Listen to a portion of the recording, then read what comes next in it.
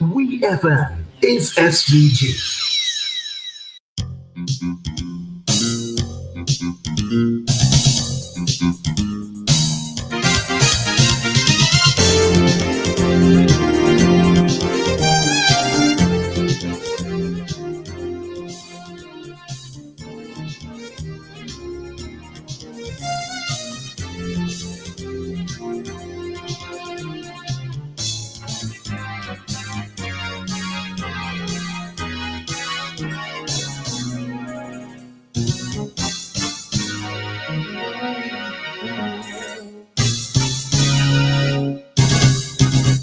29 minutes on to 11 o'clock here in St. Vincent and the Grenadines. You're locked on to WFM 99.9, the Clean Fresh Sound, and this is your It's Your Turn program.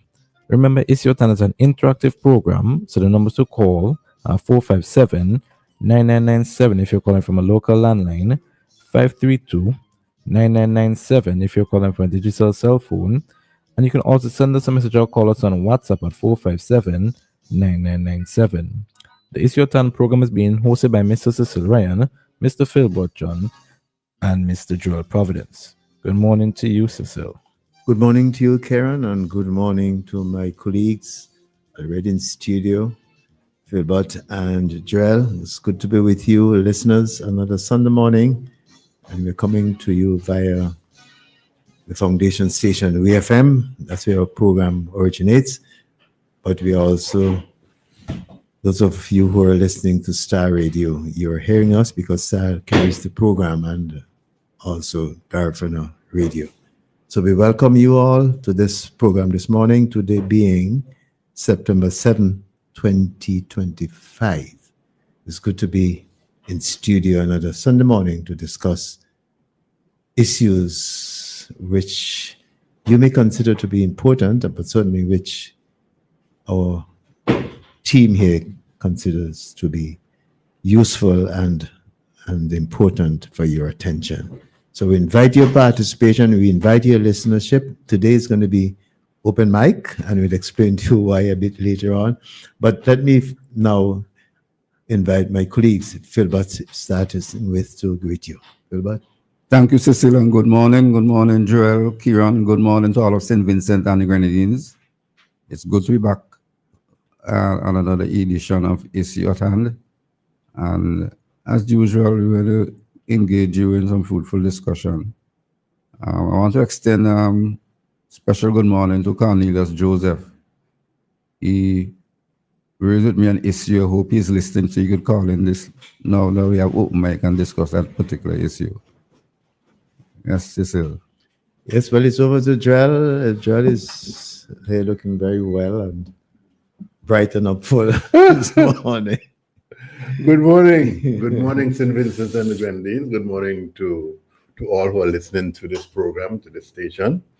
It's good to be back here another Sunday. Last week, I think we were speaking about how beautiful the day was.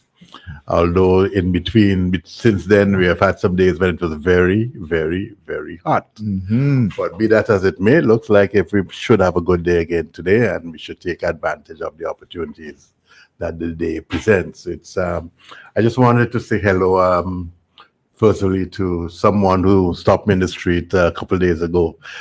To be honest, I am thinking that the name that she gave me was Stacey, and that she was from Brighton. Oh. And she said that she listens to the program religiously on Sunday. So I just wanted to say hello to her. If I made a mistake with her name, well, I do apologize, but certainly greetings to you. You know who you are, and all the best to those persons who listen religiously to the program and look forward to their interaction in one form or another. I just also wanted to speak of a long-standing friend from many, many years ago who passed away in St. Lucia. His sister and his family, very close friends of mine and of my family, and his sister actually lived in St. Vincent for a very extended time. I don't know if I should necessarily disclose her name per se, but I just would like to indicate, and maybe by extension that persons can figure it out, but the person of whom I speak, who passed, her brother, is actually the later deceased Earl Francois. And I do recall spending a Sunday in St. Lucia. And I recall one of those memorable moments is actually like going to the beach 4 and 5 o'clock in the morning from Mondi, going over La Claire, Sanssouci, down to the VG Beach and so on to play cricket on the beach, 5:30 in the morning in St. Lucia. And we used to do that religiously. Earl had this bat and ball and everything like that, and we really had a good time. It wasn't so much about swimming, but it was just simply the whole occasion of getting from Mondi to VG Beach and so on. It's one of those memories that I will treasure for a long time, and so forth. And I really regret his passing at this time, and I certainly would like to extend my very best wishes to the entire Francois family.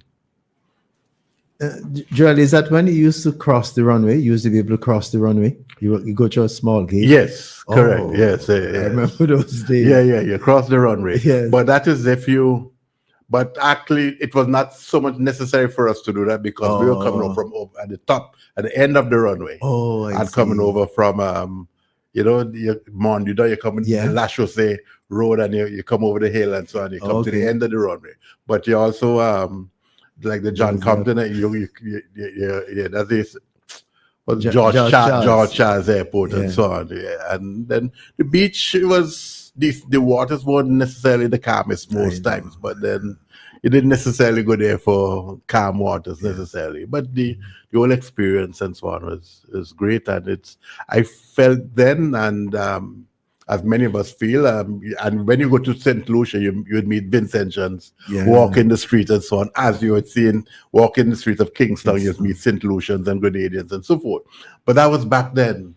And times have changed maybe, or I would say so. And I would just like to speak a little bit about later on Caribbean life and the movement of Caribbean people today as compared with yesterday. All right, let me just, before you come and get into your various pieces, let me just say that we were expecting to have a discussion with Peter Wickham this morning. And that was going to be the main, he was going to be our guest this morning to talk about the results of the recent elections in Guyana and Jamaica. He has an interesting piece, Joel. I'm sure you saw it in Barbados today, and I read it and thought it was interesting. So I invited him, and he agreed. But unfortunately, he cannot be on this morning with us because he has an emergency which he has to attend to. But the good news is that he will be on with us next week. He has agreed to be on next week with us. We will share that information later on. But and we invite you then next week to be on with us because he has some interesting thoughts on the election results. And I'm sure he's going to be adding implications for maybe St. Vincent and the Grenadines and other Caribbean countries that are expecting elections, general election before the end of this year and even into next year. But interesting. So we're inviting you to stay tuned for that discussion that next week, Sunday, God willing. All right. So, but in the meantime, today, as we said earlier, it's going to be open mic, and we're going to invite you to call in and let's have a discussion. Let's have a talk, conversation on various issues. But I think, of course, Philbert and Joel has some things to say. Philbert may wish to go first. I also have something I want to read. Something that actually the editorial in the news, Barbados Today news from the 6th, I think. So Pijan is over to you. Yeah, I've been getting some calls, frequent calls from one of our regular listeners. He goes by the name Carney or Cornelius Joseph. He claims that he lives in the Diamond area, and has a problem with domestic fires. Oh, yes. And he wanted us to address it.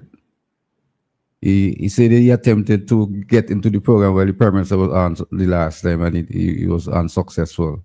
But he said that almost every day there is smoke coming from some dwellings, and you're wondering if there's any law, any regulation that could prevent that, and what can be done to deal with that issue.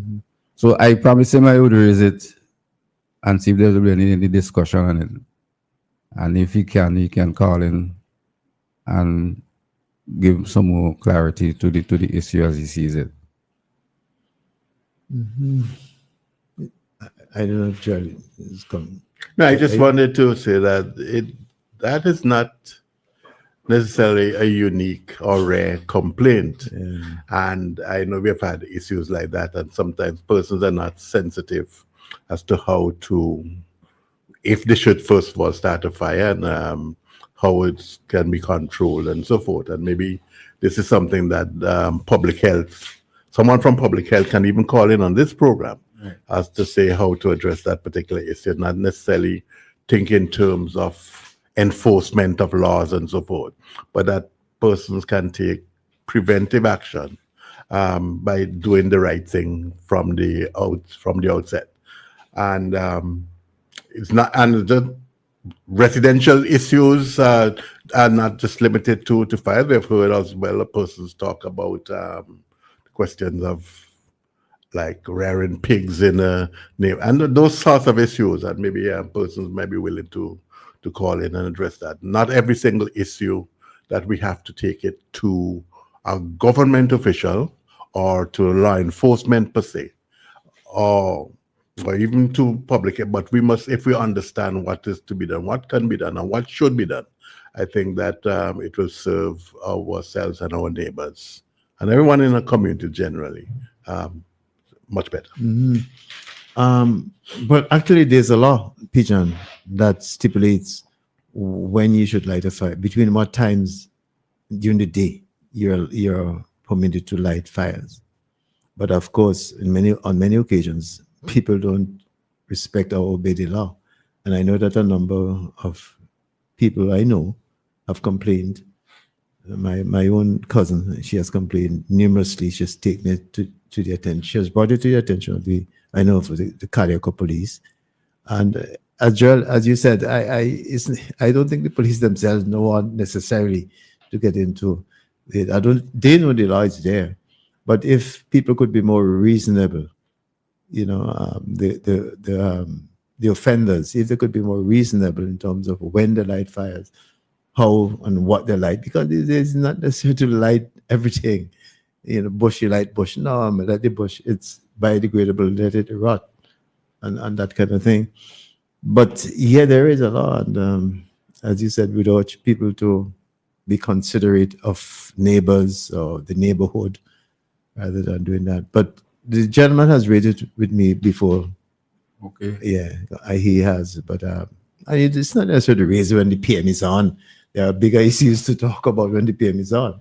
But something like lighting a fire, it's just called public health or call the police and draw it to their attention. But they are aware of some of these issues, which is that they themselves, they would prefer to urge people to be more considerate, which is fair enough, than having to involve legal matters, legal things. And rather than engaging in some kind of conflict, it's a good idea to at least raise it like this so that you can vent his frustration or anything like that. Yeah. I saw something in, I'm not saying that it's expensive, and I'm not saying that we can have that in St. Vincent anytime soon, but I went to a community in, I think it's in East London, back in or something like that, is the name of the place. And they're developing this community where they now have about 5,000 persons living in the area, apartments, flats, condos, whatever you want to call it. And they're moving towards 15,000. But what they actually have is that with regard to waste disposal, including like well, you don't have to make trees. Or is that they actually outside the flat or the roof flats? There's something that looks like a garbage bin or like those old metal post boxes that we have in Kingston inside the road. And you actually have like a fob key and so on, and you can open it and you can put it in there. And then there's a huge pump that sucks everything down and it creates into a mulch thing there it is and so forth. And then they use it. What happens after that I don't recall, but that is one way in which persons can, so you don't have to burn anything and so on. You just put it through this into this tunnel and then the rest is taken care of by itself. So it's a sort of a public health mechanism but it doesn't depend on the municipal authority in any way, but exactly one that applies to these residents in this area. But that is very expensive and so on. It's not something that we can easily do in Cinnamon. I just mentioned for what it is. Yeah.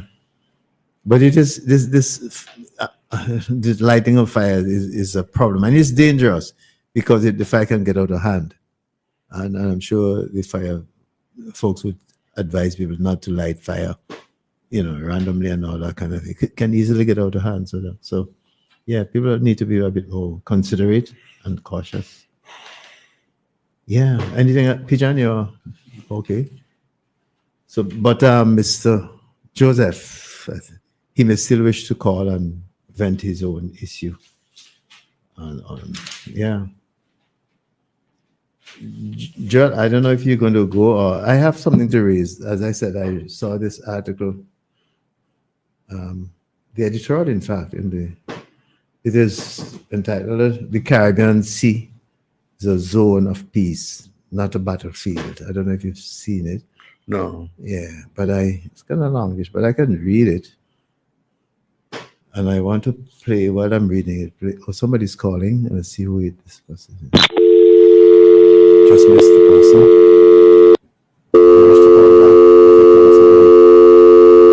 To be that important or that urgent, I should say, not important, urgent. You wish to call us back. In the meantime, I want to read this editorial, but under the editorial to play this song. Under my reading, sorry, not the editorial. So it reads from from Barbados Today, the editorial for yesterday, the 6th.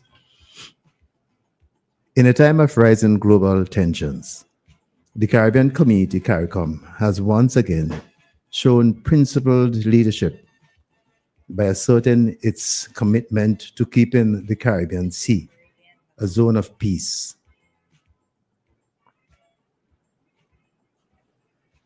The recent United States naval presence in the Southern Caribbean, purportedly aimed at Latin America drug cartels, has caused grave concern among Caribbean leaders, prompting a call for clarity and consultation. Barbados and other CARICOM member states are right to be cautious. The deployment of American warships off the coast of Venezuela under the guise of anti-narcotic operations risks escalating a volatile situation in the region and undermining the consensus that military intervention should never, quote, define the Caribbean's future, unquote.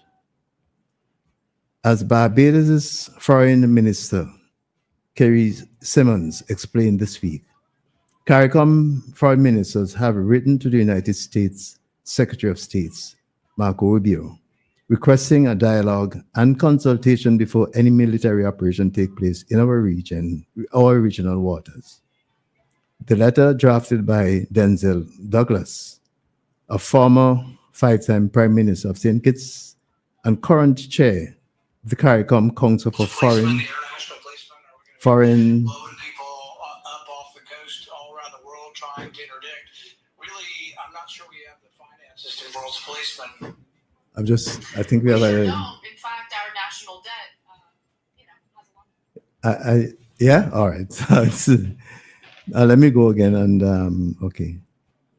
The letter drafted by Denzel Douglas, former five-time Prime Minister of St. Kitts and current chair of the CARICOM Council for Foreign and Community Relations, reflects a shared desire to avoid misunderstandings and maintain regional stability. The minister's position seeks to balance support for international cooperation and on challenges like drug trafficking and gun smuggling, with an insistence on respecting sovereignty and maintaining trust. Indeed, Simmons noted, Caribbean nations have been grappling with the problem of illegal firearms and drugs, and the welcome efforts to curb these threats. However, that cannot come at the cost of regional consultation or allowing foreign powers to unilaterally introduce force. The main issue here is not whether the US should combat transnational crime.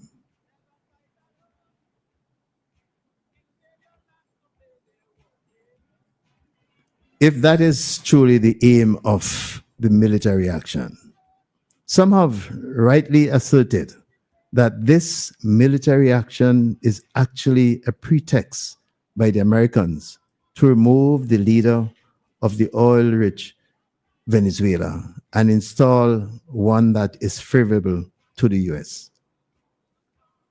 The strike on a vessel allegedly carrying drugs near Venezuela, killing all occupants, and my understanding there were 11 people in that boat, was taken without warning to regional partners. This perfectly illustrates the very concern that CARICOM foreign ministers are trying to address. Such unilateral action by the US could trigger broader instability, particularly given the US's fractured relations with the Venezuelan government. US officials claim the operation targets drug cartels rather than nations, but the large naval presence is causing regional concern. History has taught us that even well-intentioned operations can spiral out of control when dialogue is sidelined. Minister Simmons was right to underscore the Caribbean Sea has long been viewed as a zone of peace. This principle, enshrined in the United Nations resolutions and affirmed by regional institutions like CELAC, calls for peaceful resolution of conflicts. It is a cornerstone of Caribbean foreign policy. CARICOM must, therefore, remain united. The apparent split by Trinidad and Tobago's Prime Minister Kamla Bissessa, who publicly welcomed the Americans' presence and dismissed concern as relevant only to criminals, risks undermining the strength of the region's collective voice. While all member states have the sovereign right to express national policy, Caribbean unity is essential. Simmons rightly pointed out that the US has made no request to access Trinidadian territory or conduct military actions there. What CARICOM is seeking is consultation, not confrontation. If the United States wants to be a trusted partner in the region, it must engage respectfully with our Caribbean leaders. That would mean providing timely notice on military operations, clarifying the scope and targets of such missions, and avoiding provocative deployments that could be misinterpreted as pretext for regime change. In this moment, CARICOM has taken a responsible, proactive approach. As Minister Simmons outlined in this publication, quote, "We have met at the level of the heads of government with the chief justices of the region because it is necessary for the courts to understand and for the heads to understand what is going through the minds of the judiciary and vice versa, unquote. The Caribbean has fought too hard to build peaceful, independent societies to now be drawn into external conflicts or treated as a staging ground for militarized policy. The United States and other powers must respect the region's commitment to peace and its sovereign right to be consulted on matters affecting its security and stability, and avoid turning Caribbean waters into a battlefield. So that is the editorial I picked up from Barbados today, and I thought it was useful to share it on the program. In fact, read it, in as much as we are aware that there are efforts by leaders, regional CARICOM leaders, to reach out, to build a base for solidarity for reply to what is now the presence of hosts of military equipment in the Caribbean, Southern Caribbean. Yeah, so that was my piece. I have another thing to read on the, well, not to read it, to talk about the performance report by the National Insurance Services. Just mentioning, I think it's in the ELP's column for this week in one of the papers anyway, maybe both papers. But I'll give way to you guys. Joel, I know you have some other issues to read. No, well, I would like you read the editorial from the Barbados today, and I think it would be remiss of us not Well, I would think so. to follow up. Not to comment, yeah. Yeah, I just a couple things. I think it's it starts with the deployment of 3 destroyers. It's extended now to aircraft carriers, submarine, 4,500 military personnel, and so forth.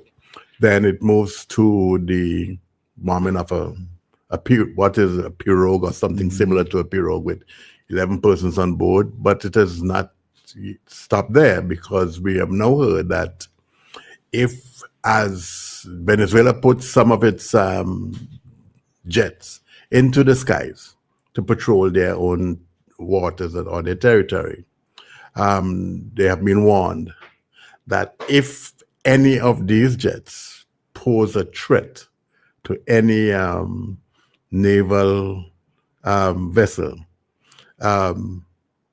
it didn't say exactly where the vessel might be, whether it would be in Venezuela's territorial waters or wherever, or where in the Caribbean Sea. But if a threat is perceived, then they would take action to take these jets out of the sky. And then it would escalate further and on and on and on. And it's unfortunate that this is the approach that would be. And I think it is something that we should continue talking about. There have been years of programs of collaboration between the Caribbean member states and the United States, where security and support, and even like drug interdiction and so on, they are concerned. And it's just a matter of reinforcing these programs, taking them to a particular level for the benefit of everyone in the region and so forth. And I don't see why that cannot be the approach that should be continued or developed. It's unfortunate, and it's not necessary that the first action is that for someone who is speaking of peace and Nobel Peace Prizes, that we should pursue peace and diplomacy as the first option for dealing with these situations. And I do hope that we'll be able to see a reversal of this, and that we can actually be able to impress upon the relevant regional hegemonic powers to scale down, and let us see if we can find an alternative route. Now, up to now, we don't know exactly the nationalities of the 11 persons on the pirogue, where it came from, and so on. My question to, also, Joel, do they know what they were carrying? Or what it- Yeah, well, we don't know that either. So, and in the past, they would use their naval vessels to try and intercept. to Yeah. intercept and so Yeah. on. So why not? I didn't get a report from anyone as to where exactly did the boat go down. Where did it? When I say go down, where it was actually destroyed, and so forth. Is it in the territorial waters, exclusive economic zone? Where exactly, or what part of the Caribbean Sea and so forth? But the news stories and the U.S. media actually spoke repeatedly about in the Caribbean Sea, in the Caribbean waters. So there's the reference, and we are all part of the Caribbean and something, whether we like it or not. We can't change the geography and so forth, and that is how it is going to be. So I think it is something that we need to look at, and the discussion have to continue. I would suggest that we don't necessarily have to take a undiplomatic or hostile approach, a response to the situation. Like the articles is fair that you have just read, and let us continue to use good diplomatic methods and modalities to see how we can get this situation addressed. I just want one closing comment on this for now is that I was reading or listening to something on YouTube just a couple of days ago, and I heard something that I found very interesting, and I asked a question to the both of you. Do you know how many military conflicts abroad did China initiate in the last 2,000 years? That one was Do you have an fit me. idea? That one's fit me. Yeah. The answer to that is 0. In fact, even when they speak about once there was a major conflict between China and Japan, but Japan was actually the instigator of the and so on, the Japanese imperial forces, and because we now have the situation coming up with the whole Taiwan China issue, and if I don't know if you saw the military parade Some of it. celebrating the 80th anniversary, and it's amazing that while the United States boasts of the quality of their military machinery and equipment coming out now handled by the Department of War, no longer the Department of Defense or the Pentagon, but Department of War, that China has actually demonstrated to the world, they put it out for the world to see, that look, hey, we have some technology here that you can't just think that you're going to take us on and we're going to roll over. We can compete with you, but it's just that we are not necessarily a warmongering country, but we will do whatever we have to do to defend our country, our patrimony, and whether we like it or not, that includes Taiwan. Back to the issue of the shooting of the Venezuelan ship, or quote unquote, because not to show which ship, which island it's from, or which country it's from. That should put the rest of the maritime traffic at risk in the region. It will, yeah. Let us suppose like Jaden's son just traveling someplace and someone say Jaden's son is a threat. There seems to be no due process, stop, seizure, search, prosecute according to law. You're just shooting them out of the water. That is one of the problem I have with this move.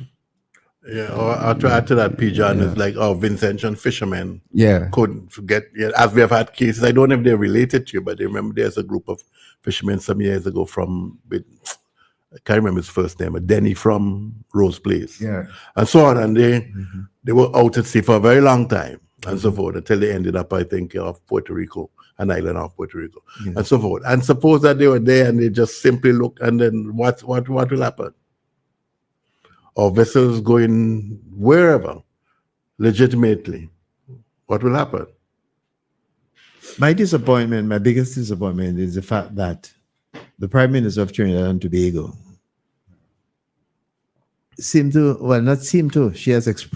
welcomed the action, which doesn't make sense. Trinidad being so close to the area of operation of this military thing. Any fishing boat from Trinidad, or any boat, for example, could veer into the waters near to what would they do? And who determines whether a vessel is a threat or not? Well, that's the other point. And imagine this is from a nation that doesn't respect international treaties right now. Yeah. They don't abide with international law right now. And it's frightening. And that is why, Joel, as you said, and I certainly agree, we have to keep raising this matter because people may not see it, but it can have significant effect on our life. By the way, Joel, somebody just reminding you that the name of the person is Mark Denny. Yeah, Mark Denny. Yes, correct. Yeah. I should have remembered. Yeah, I know. Mark is just over there. He may be listening and say, "How come they guys don't remember my name?" Yeah, it's a frightening situation. There's no due process. They have the capacity, more than the capacity, to interject and seize the boat. Simple. They have the capacity to do that, and then subject the occupants to due process. Even if they take them to the United States, and through the legal system there, but you just shoot and kill, doesn't that? Is that allowed? I mean, think of it. If I could just, I'm digressing slightly, still on the same topic, is that in the meantime, we have our major concerns about violent crime and the use of guns and so on manufactured in the United States and coming into these parts illegally and so forth. I will never seem to get the impression that, we are getting the kind of support, despite action taken legal action taken by Mexico. And I think it was joined by maybe the Bahamas, and I believe St. Vincent and Grenadines might have joined that action as well. I don't know where that matter is right now, but we don't seem to get the feel that, there is an understanding and appreciation of what is, and from the source of these guns and so on, that particular actions would be taken. In fact, the likely response that you would get is, look, we have the Second Amendment that we can't do anything about that. But yet, it's interesting to find out now that the Second Amendment will apply to everybody, except now that if you're transgender, it doesn't apply to you, because it now says that if you're a human being, and you can't, the Second Amendment, that you don't qualify to be a human being to be protected under the Second Amendment, and not just because of the particular shooting which took place. I think in Minnesota, something like that recently. But there's so many other persons who have been involved in mass shootings in the United States. But that class of person, you're not talking about, exempt them from the Second Amendment. You're not taking that step. But this is what it is. You cannot challenge, you cannot question us in terms of our laws and so on. And we are protected by this amendment, and we're not doing anything to it. unless we, in our own judgment and our own interests, we decide what we will do. But could you imagine a war that? Could you imagine this war? Oh. You have the military might, and you do anything you want. That's what's happening right now, and it is not good. But I was making the point earlier, and I'm very disappointed that the Prime Minister of Trinidad and Tobago is eager to break the solidarity, CARICOM solidarity. Even the language attributed to her In the language. is cause for concern. In the language. I mean, we're not discounting the fact that they have a challenge in Trinidad and Tobago in terms of crime, drugs and gangs and so on. But I mean, that's not the way to deal with it, in my view. To invite the US to come in, knowing, and I think she has experience, she has the wisdom to know that it's a pretext, really. I think she knows that, really. So that's my concern. Also, I remember looking at a piece by Honest Cook, where he was saying the statement was a statement that was endorsed by basically most of the Caribbean. Jamaica wasn't part of it, Trinidad wasn't part of it, and I think he mentioned some other, I can't remember which other country in our region. But it's to me, it's significant that that the two bigger ones, Trinidad and Tobago and Jamaica, are not part. I remember PM Gonzalez was on Wednesday last week mentioned that he had drafted a letter. He had written a letter to be shared with CARICOM colleagues, and he said it wasn't sent to. Well, the other country that was named that has not been part of the statement was Guyana, and understandably so. But the PM was saying the letters to be sent to Jamaica, but he was waiting until the election results settle who is going to be there. So I don't know if that has been sent subsequently. Know what the content of the letter was? I didn't quite say, but he was asked a question in relation to St. Vincent's and the Grenadines' position in relation to the presence of the U.S. military presence in the Southern Caribbean. And but of course, everybody's concerned, and so should all the leaders of the Caribbean be concerned. And it's really, in essence, trying to urge what the statement said, that let's work for peace. Let's work for peace. Our Caribbean has been known as a zone, Caribbean Sea as a zone of peace. Let's work for that. But did you hear that it had impact on a particular cruise ship in the region? You mean the shooting? I didn't hear that. I thought I heard that. They have to turn back or something like that. You mean they did not load them before they did it? That's reckless. I mean, think of it. How reckless an action. So reckless. Anyway, but maybe others who are listening to us may have a view on it. They may disagree. So if we can open up at this point before we get on to other issues, because there are different issues we would want to raise this morning. But if you're so inclined and you want to make a comment on this one, please call us. We have a call now. Good morning. Welcome to the program. Yeah, blessed morning, brother Cecil, Joel, and John Bungo Shakir, and all the other listeners. Give thanks. Good morning. Now,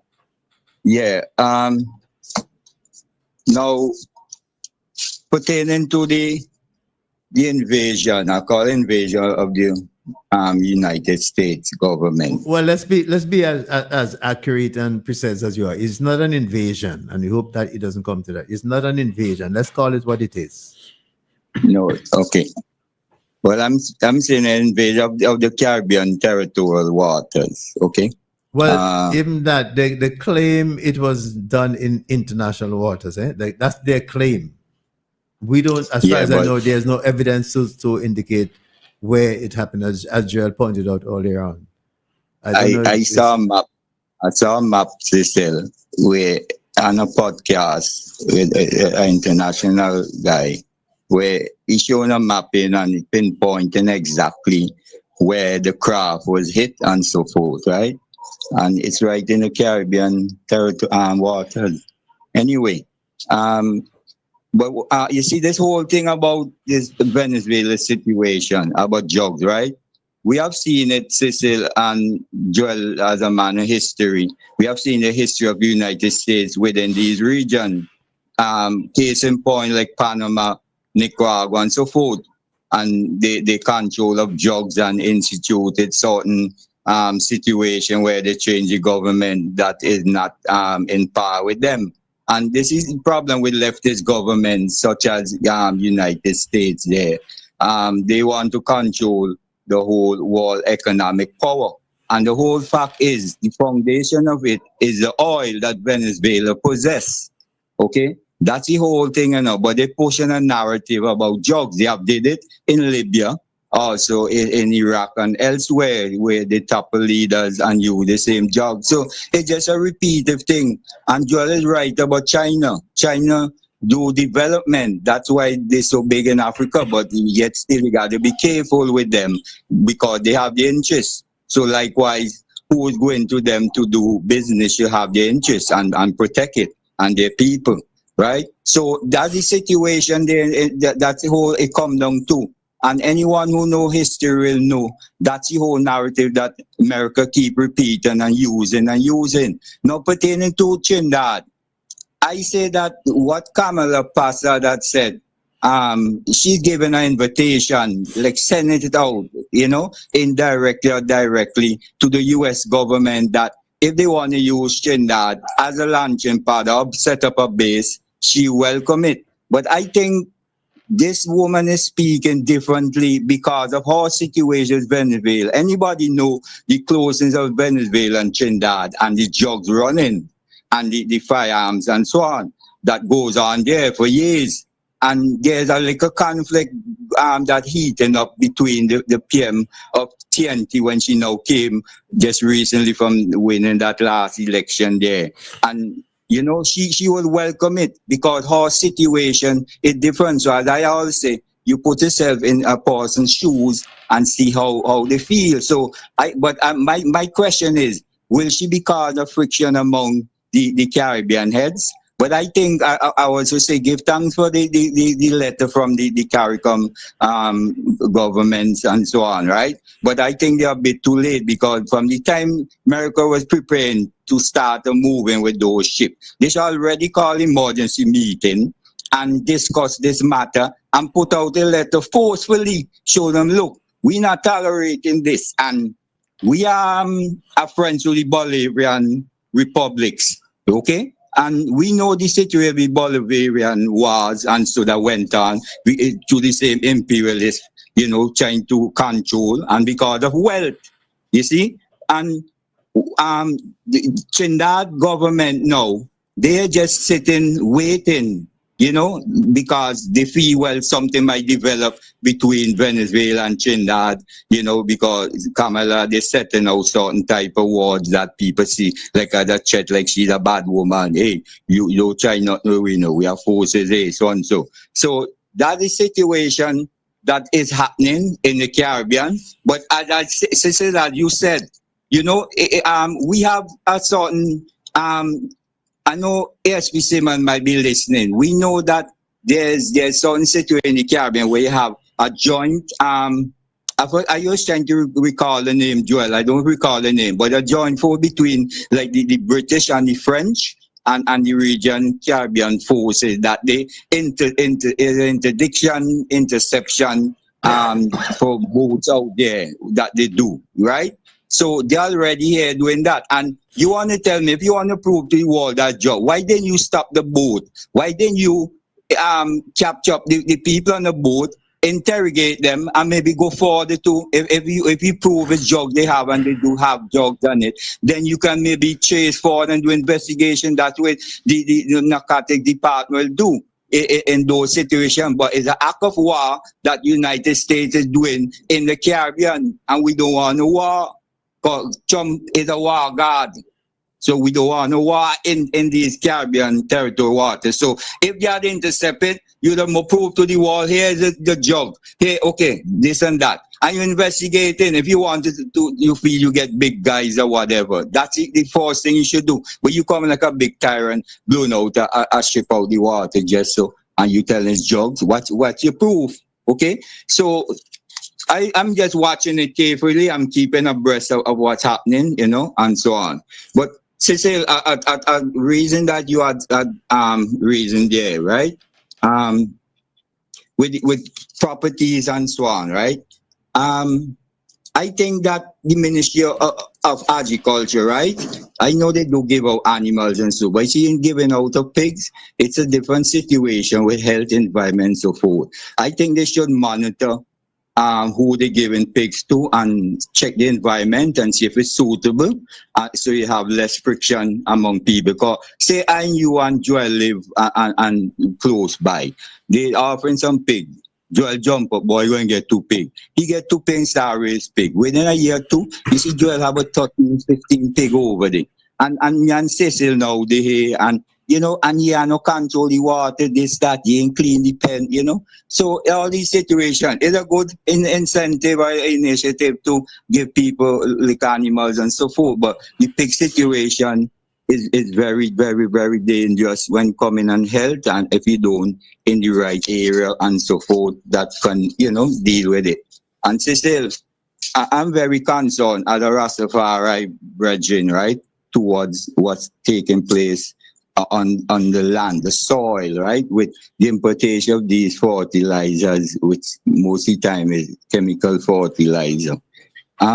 Scientists have proven that after using these fertilizers and different chemicals, that's why you see you get a lot of different disease in plants, some new diseases, and then you got to get one for control. That one inhibits something in microbe and so on in the soil. Plants get the nutrients from the roots and so on, the leaves and all these things. So we got to be careful what we intake in our body, as you say, right? Because that determines your health. And scientists have proven that over a period of time, using food from those sources, it inhibits things within you, your system. So I'm very mindful as Rastafari, because we always protect the land. You know, the land is foremost. That way life is. And if we don't protect it, Cecil and Joel and Pijan, we're in deep trouble. We see disease. Right now, they're finding some disease that is unheard of. So what are you proposing? What are you proposing as the way forward? As the way forward is to, you see, I will call this brethren name, and I know you don't mind, Lamkin, okay? Lennox Lamkin. He's a man to be a very good consultant when coming on these fields of things. Because we were doing it at Rastafari, we use everything on the land. And so I'm asking you, what are you proposing as the way forward? I'm proposing that we stop importing of these chemical fertilizers. There's also organic fertilizers. And you know, not because maybe you get a little grant on it or some cheap rate or whatever, but it's important. We got to protect the soil, Cecil. It's important. That's why you see, we Rastafari, we always take care of the land. So your proposal is to ban the importation of certain chemicals? Is that what you're saying? Yes, because many countries have banned some of these and they change up the names and so forth. There's a man, right? I like getting in touch with him. I listen on two times or so. I don't want to call the station name, but I was impressed. You can see the man doing his research. He's very versatile in these chemicals, and he's very concerned. And I see no one is taking up when the brethren is speaking, but people love trivial matters. When you talk about Cecil or Joel or Pijan, they go take it up and prolong in discussion. All right, so that all that you've been talking about is that those issues make up the problem. We want some solution. Yes. So you're saying one of the solutions is to ban the importation of certain chemicals. Yeah, and the fertilizer and things fertilizers. that sprung plants. But Let's go that way, man. I think that is being done already. There's a very selective process in terms of what fertilizers are used and even the chemicals. But you're suggesting even going further. Yeah. That's what you're suggesting. Well, it's an idea Yes. that the Ministry of Agriculture may wish to look into. Yeah, it's important, man. We honestly, and Joel, I can see. I want to say in public. I know you for years, right? I'm thinking I'm older than you. I know you for years. Yeah. No, man. I went St. Martin before you. No, Watch no. yourself. Yeah, okay. You want me to, No, man. you want me tell you what time I go? Decades, eh? All right. Yeah, I went St. Martin 1969, Dexter Rose all with Ambassador John, Dexter did not invite you to speak on his attendance at it, man, Dexter must be blushing. I can see Okay. blushing, eh? But Joel, But yes, I can make see your you point. had a good life, eh? You're a man well traveled, well knowledgeable. And I can see you have enjoyed your life, I can see that, And you're saying that to say what? You're saying that to say what? To say that he is a very happy man, he have a good life. The Almighty have blessed him, and you must always have joy in life, and whether you work hard for, enjoy it. But I'm sure. Joel, you need to Well, care Joel of- is here. You talk. I was going to say I'm sure Joel would agree with you, but he's here. You talk for himself. But that's it. That's it. Why not? Joel, you must carry Cecil a little outing, no man. Came on one of them islands now, just a little 1 week. Yeah. And so Since last week when you called, you seem to be implying certain tendencies about me. No, And now you're bringing Joel into the mix. And now you're bringing Joel into the mix. Yeah. Because I need a liaison man, to make sure guide you. Because Guide me. Joel is more experienced. Yeah, Joel have plenty experience. One of these days, I'll Yeah, tell you man. the number of countries I've traveled to throughout the world, so you would know. Yeah, I do. But I Including all of retire those, from all in the Caribbean. But yes, all right. So those are the issues you want to raise. That's Yeah, somebody man, else a yeah, and chance. I give thanks because I had everything down on my paper here, 3 basic items, and I got well, you. well them, hold on. I don't know if so Joel wanted, Peter wanted to engage you. I don't know. Joel, I hate Joel for a while, boy. The original subject of discussion had to do with what's taking place in our waters and so forth. And I just wanted to make a brief comment. It's the United States, when it is convenient, speaks to the currency of the Monroe Doctrine. And the Monroe Doctrine is now 202 years old. It was brought into play in December of 1823. And by President Monroe, is it? yes. Yes. That's true. The basic points of the Monroe Doctrine, they're basically for one, that the United States would not interfere in European affairs. The United States recognized and would not interfere with existing colonies in the Americas. The Western Hemisphere was closed to future colonization, right? And if European power tried to interfere with any nation in the region, then the United States and other regional forces will take action. What I think interested is the second point. The United States recognized and would not interfere with existing colonies in the Americas. Now, if you know the history, and so you can remember what had happened in the last 20 years prior to 1823.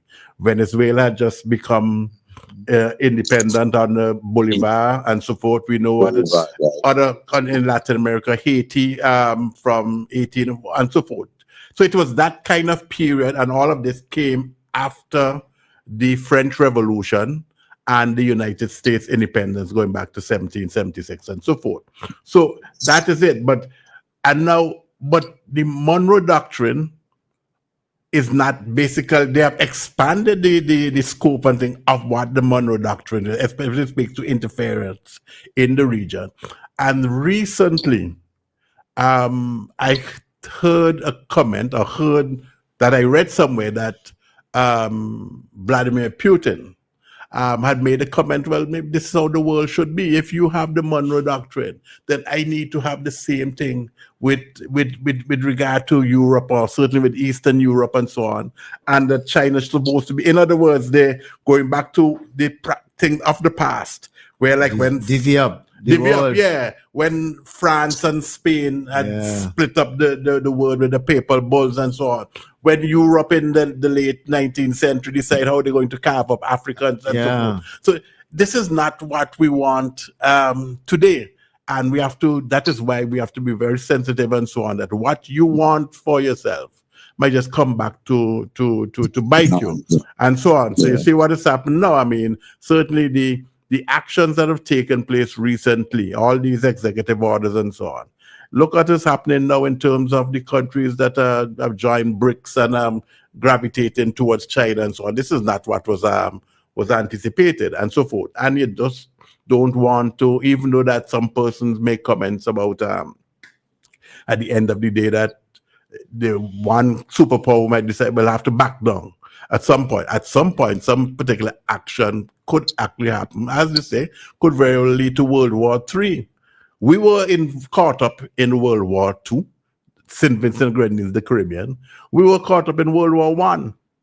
And Bucket show that if there's World War III, we will be caught up as well, and not necessarily to our well-being. Art Bongo Shaka, we've had you on for a long time, much beyond the point. Thanks, you bring that Monroe Doctrine into the phase, because it's important. I think people should study it out and see what's taking place. And give thanks a lot. Enjoy we say full joy the rest of your day. All right, thank you. Go to a fall or river or the beach. All right, thank you. I like that. Thanks for the suggestion. All right. Joel, you raised the Monroe Doctrine, but remember there was also the Manifest Destiny, and I thought I heard some American statesman invoking the Manifest Destiny, which claimed that it is inevitable that the United States will dominate the region. Dominate not just the region, but the hemisphere. Mm-hmm. Well, yes, I don't know, but certainly, and that's the approach that they took when they were going from coast to coast, from the original 13 states. Mm-hmm. So they're going from the East Coast straight across to California and New Mexico and so forth, and why they took Mexico, or through war, after they tried to buy the Mexican, northern Mexico, and so forth, all part of Manifest Destiny. And this is what, I mean, American exceptionalism is something that we may wish to discuss on another occasion and what it means. But there are persons, American scholars, who believe that all imperial forces will go through phases. They'll go through their period of, including, like, we know what's happened with Great Britain and so on, still called Great Britain, and where they are today. And it's felt that this sign that the United States is actually on the other side of the hill, going downward, where this whole thing about exceptionalism and the hegemonic superpower is concerned, and things are changing. Now, would we embrace change? Can we tolerate, collaborate, work for the benefit of all? It doesn't work. The human mind, and especially those in power, it doesn't work that way, unfortunately. Mm-hmm. I want to talk about something else, but the Caribbean now, something else. Yeah, but let me just, I noticed somebody is trying to call. So I don't know if I wanted to make a contribution to the discussion.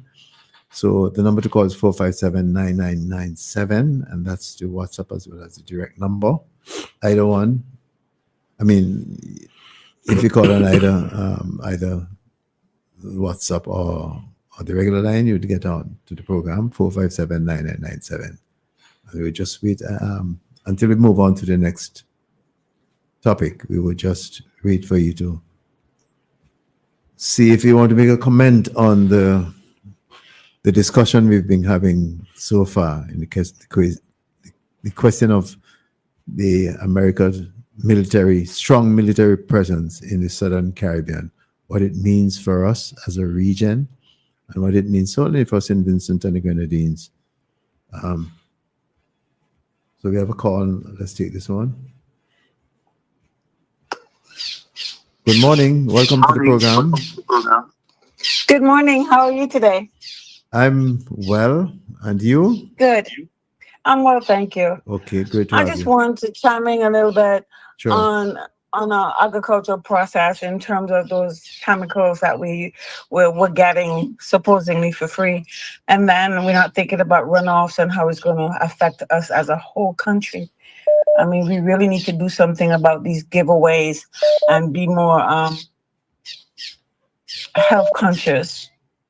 Because yes, we're going to get food, we could plant our own food, blah, blah, blah. But when we put the wrong manure in our food, we are eating that same bad stuff, so to speak.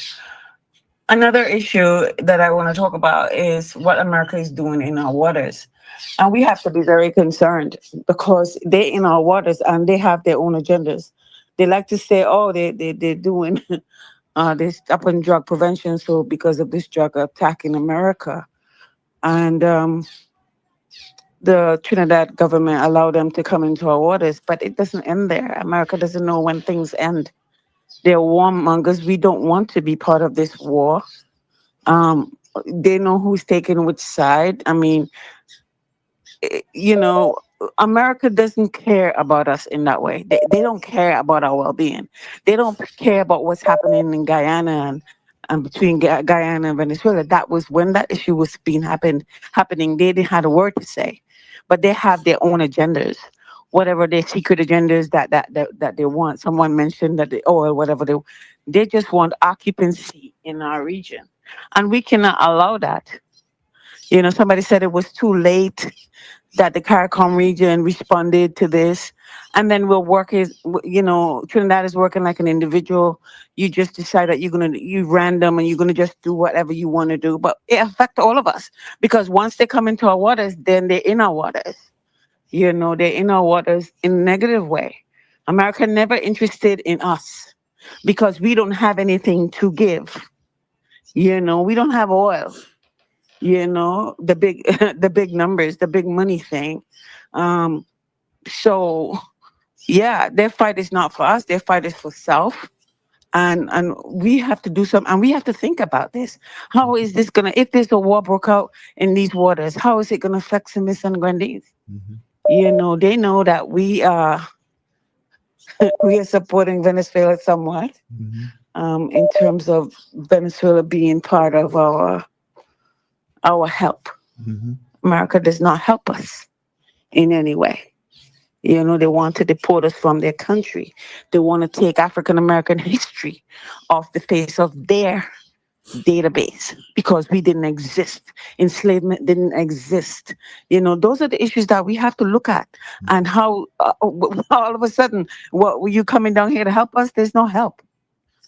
They're coming down to help themselves. And that's my contribution. And thank you very much for calling and contributing to our discussion this morning. Please do other times. Call again. Thank you. Yeah, interesting. So there are other people who are very concerned about the American military presence in our region against the background that it's not in our interest, is in their own interest, not in our interest. They talk about drug interjection and so on, not in our interest. And we would want our fellow Caribbean citizens and the leaders of those countries to be aware. I mean, there's to be aware that the history doesn't bear out America being on the side of the those in need in our parts of the world, in no parts of the world, in fact, including their own country. The rulership doesn't. Those are not the things that come to their mind first and foremost. And then in the case of in this present situation, we all know it's a pretext for military action against Venezuela. We all know that. And as the person who just called us said, we have had a history of Venezuela working with us, helping to develop our country. And so we have to be in solidarity with Venezuela, if only for that reason. Quite apart from, certainly we don't want our Caribbean zone to be a war zone. We don't want it to be a battlefield. But quite more immediate also is the fact that we have been having productive relations with Venezuela. And there are some issues here. We're trying to straighten them out, regional issues. And it is not that America loves any particular country in the Caribbean over Venezuela. That's not it. They have their own interest, their own motive. And I'm glad the person who just called us pointed some of those things out. Just to add. Because Coach Joe has been trying to get in. Good morning. Welcome to the program, Coach Joe. Good morning. Good morning, I have sir. a big problem with I have a big problem with this war on drugs, that came from Nancy Reagan so long ago, that is still using to propagate their other agendas, I remember back in the early days, they used to come from America to burn down our marijuana and didn't have no care about the other crops that they were burning. And that was war on drugs while they were growing marijuana for business up here. Well, the thing is that they were allowed. They were given permission. They were allowed.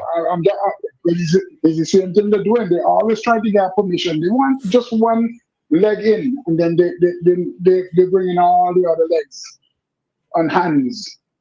And in truth and fact, America could prove if there was drugs on that boat by a lot of ways, but they didn't want to prove drugs was on that boat because they know they probably didn't have no drugs, but they want to start something, so they hit that boat. They could have proved that. They have satellite, they have all kind of imaging thing. Because I just watch Smugglers. There's a TV series called Smugglers, and I see how they operate. Even in the darkest of night, they could tell you what is on that boat.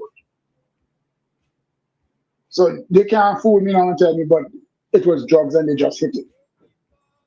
Nah. We know the bottom line of that action. We know what they're really after. So let's expose it. Let's tell it. It's all they want. But be honest with you, sales has to have a buyer. If I'm selling you something, I have to have a buyer. So if you want to stop the proliferation of drugs in your country, you have to deal with the people who buying it. The supplier will not have a market if there's no buyer. So if America is buying the drugs, you can't stop the country from shipping it. You stop the users. You mean if Americans, because you say America, you mean Americans. Mm-hmm. Americans. You have to stop the people who is using. Because once there's no supply, there will not be a demand. But they don't really care about. Like here in Oakland, I could go on a certain street in Oakland, and that's the business.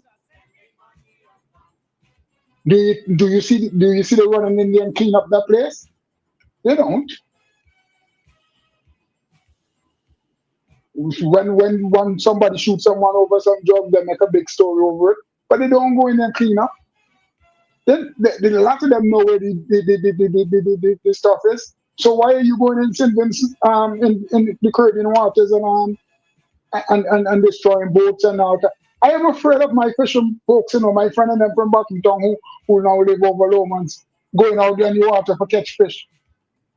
Because anytime one of them could assume that fishing boat is a drug smuggling boat, without reasons, without cause, and hit it. Yeah, people. I don't know how the lady in Trinidad doesn't understand that her fishing folk could be caught in this whole thing. I mean, out here, the saying is a AI generated storyline. So most Americans don't believe it. They think it's a AI generated thing. So I don't know. But I'm afraid of what's gonna happen in the Caribbean if this thing continues for a long time. I'm afraid our folks won't be able to go out and do their normal daily fishing. And then people, I mean, a lot of people staying quiet and they say them who should not be quiet at all. Exactly. A I agree lot, with you. a lot of people staying quiet who should not be quiet. I'm telling you, until this thing explodes in a big way, when it gone too far now, we can't pull it back. We'll be sorry. I think we need to start putting pressure on America to prove that what they're saying is true and stop taking things at a face value. Oh, drugs. Yeah, Trinidad have crime. St. Vincent have crime. Everybody have crime in the Caribbean. America have more crime than all of the Caribbean islands put together. You see this around? You see what they're doing? So, I mean, I don't buy this thing where you come in there to stop drug smuggling thing. Because if you really want to stop it, you stop it at your border. You don't have to come in the Caribbean to stop it. Stop it at your border. Stop it from coming in. You don't have to go to another man's country to stop it. You could stop it right at your border. There's truckloads of drugs coming over from the Mexican border, and at least some coming from Canada too, but not as large as China sends the most fentanyl to America. Are they going to buy China to bomb ships and bomb this? That's what I'm saying. People don't listen to this whole story. They're taking things at face value. Where the drugs are coming from mostly, they're not even going there. Who does the most cocaine in the world? They say, I can't prove that because I do. They say Colombia is the capital of that business. They go into Colombia. So even if you say Venezuela transit shipment place, that it have to leave some place to go to Venezuela. Why don't you go where it is actually leaving? Where it's supplying it from? Go there and stop it from there. But no, you want to go Venezuela because we know why you're going to Venezuela. Since Chavez time, since Chavez, they've been after this thing, Chevron and Exxon and all them fellas, they're not happy that Venezuela have the world's largest resource of oil. They're not happy, and they can't touch it. They're not happy. So we know what they're going for. We know it's the oil. So I mean, I think I ranting over and over. So let me stop now. Well, the thing is, they can only get to the oil if they have regime change. Somebody who's friendly towards the warmongers. Well, and that's what they're aiming to do. Once a lady in Trinidad, remember when Grenada had their little thing, they had 25 American students? Yes. And Eugenia Charles went to America for begging America to come into Grenada for 25 students. Well, she begged Reagan, President Reagan at the time. Reagan, yeah. So if once them get somebody to invite them, they like, you could go back to them horror movie where the vampire come outside by the door and he knock and if he ain't invite him in, he can't come in. They like the invitation. They like to say that they got invitation to do certain things. They like to pretend. So they like to pretend that they're coming in under the pretext of an invitation or something else, drugs, but they have ulterior motives. Now you say that, I think you need to play that song, Great Pretender. You know that song? Yeah. It's not as potent. Well, that song is not as potent now as the one that talks about the drugs and what they were mongers. Yeah. Well, I'm just all right. Because you mentioned it. All right. Thanks for calling and for sharing. All right, Joel. Sorry, you wanted to. Yeah, just I wanted to make a point, but just to say something in terms of what Kojo just said. Mm-hmm. There's actually an agreement between the United States and Colombia, where and managing the drug problem is concerned. And we know, based on the stats, that the bulk of the drugs starts of the cocaine starts in Colombia, and but the main route towards the United States through Guatemala. It is alleged that about 5% or so of drugs come through Venezuela. So it's not to say that drugs do not come through Venezuela, but it is relatively small compared to and so forth. And there are arrangements that can take place in which we can try and work together to resolve these issues. And we can talk about the oil thing another time. I just wanted to make a comment that one of the things that the United States government speaks to all the time is about the question of democracy and ensuring that there are democratic systems of government and governance across the world. And the Caribbean has just demonstrated in the last couple of months that we have had 3 general elections. One led to a change in government and 2 parties in government returned to office. But there has been very little violence surrounding these elections. They were by and large peaceful, and the result was by and large accepted by the parties that lost. Let's take, for example, the situation in Jamaica, that the PNP party actually got 49.4% of the vote and 29 seats in this last election. The JLP, the Jamaica Labour Party, got they didn't even get 51%, right? And they got the 34 seats. But the result was accepted. And even when you look at the results, seat by seat, constituency by constituency, it was hardly a blowout. Very often, even including the leader of the JLP and the Prime Minister, Andrew Holness, he had only obtained 55% or 54.something%, which is generally a time to find leaders doing significantly better. In fact, at one point, he was actually, when they're tallying the vote, at one point he was actually losing, and his wife had obtained like 53%. It's only Golden himself, the leader of the opposition, who had a real significant thing. So you find that there's a balance. It was a tight election, and at the end of the day, the Jamaican people accepted the results as far as we were and move on. In some other countries, they don't. There's a history of not accepting the results. Some of the countries, including ours. Oh well, sorry.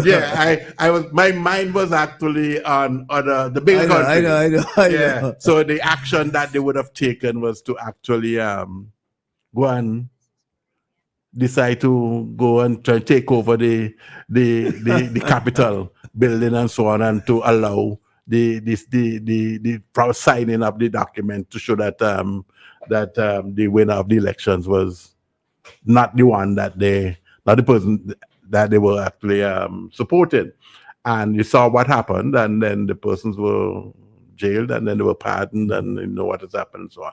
But democracy is alive and well in this region. It's really and true. We are demonstrating over and over again in so many different ways why we actually, if anything, you want to speak about exceptionalism, you can speak about the Caribbean region and let it be like how it is. So, of course, there we need to do certain things to reduce violent crime and so forth. But by and large, we are as exemplary as you can get. I'm sure we're going to come back to that discussion next week in a much fuller way. Yes. But the whole thing is becoming so interesting. The discussion this morning, I'll tell you why. Because in as much as you said, Joel, despite what the way our civilization got interrupted and violence was introduced and so on and so forth, following that, we still settled on. We have been promoting peace and justice and democracy. But somebody just sent a note here saying, which I find to be very interesting. And Pijan, I think you in particular would find it very interesting. It says, is there any significance related to the fact that it's always a female prime minister in the Caribbean who invites the US to come in military in the region? I don't I find that anyway, let's No, I two cases don't make a a pattern. Yes. 2 cases out of how many? out of two. Right. That's 100%. No, but it's, no, I mean, no. well, I'm certainly. And they happen at different periods in history, in our history. Yeah, but okay, you can actually there's another dimension to that. By the way, that let me just let me just say this in all fairness, because in Jamaica, Portia Simpson did not do that. Mia Motley didn't. Mia Motley has not done that. So, Janet Jagan. Janet Jagan neither. So all right, yes, you all have a point. You all have a point. But I'm trying to say where you're going. But no, I just read the comment from the person. Maybe the person was just teasing and being a little bit facetious, and so on. Maybe not. But okay, I just wanted to make a comment about female prime ministers versus male prime ministers, but that's another discussion in terms of the psyche and so forth. I just wanted to add something, Cecil and Pijan, if you. Yep, but before you do, Pijan, you had a response to this? No. That's it. So, my friend, so that's it. My colleagues don't find anything significant about it. Just that it happened in history, different points in history. But when you dig deeper, there may be some significance. I believe there may be some. Yeah, Joel.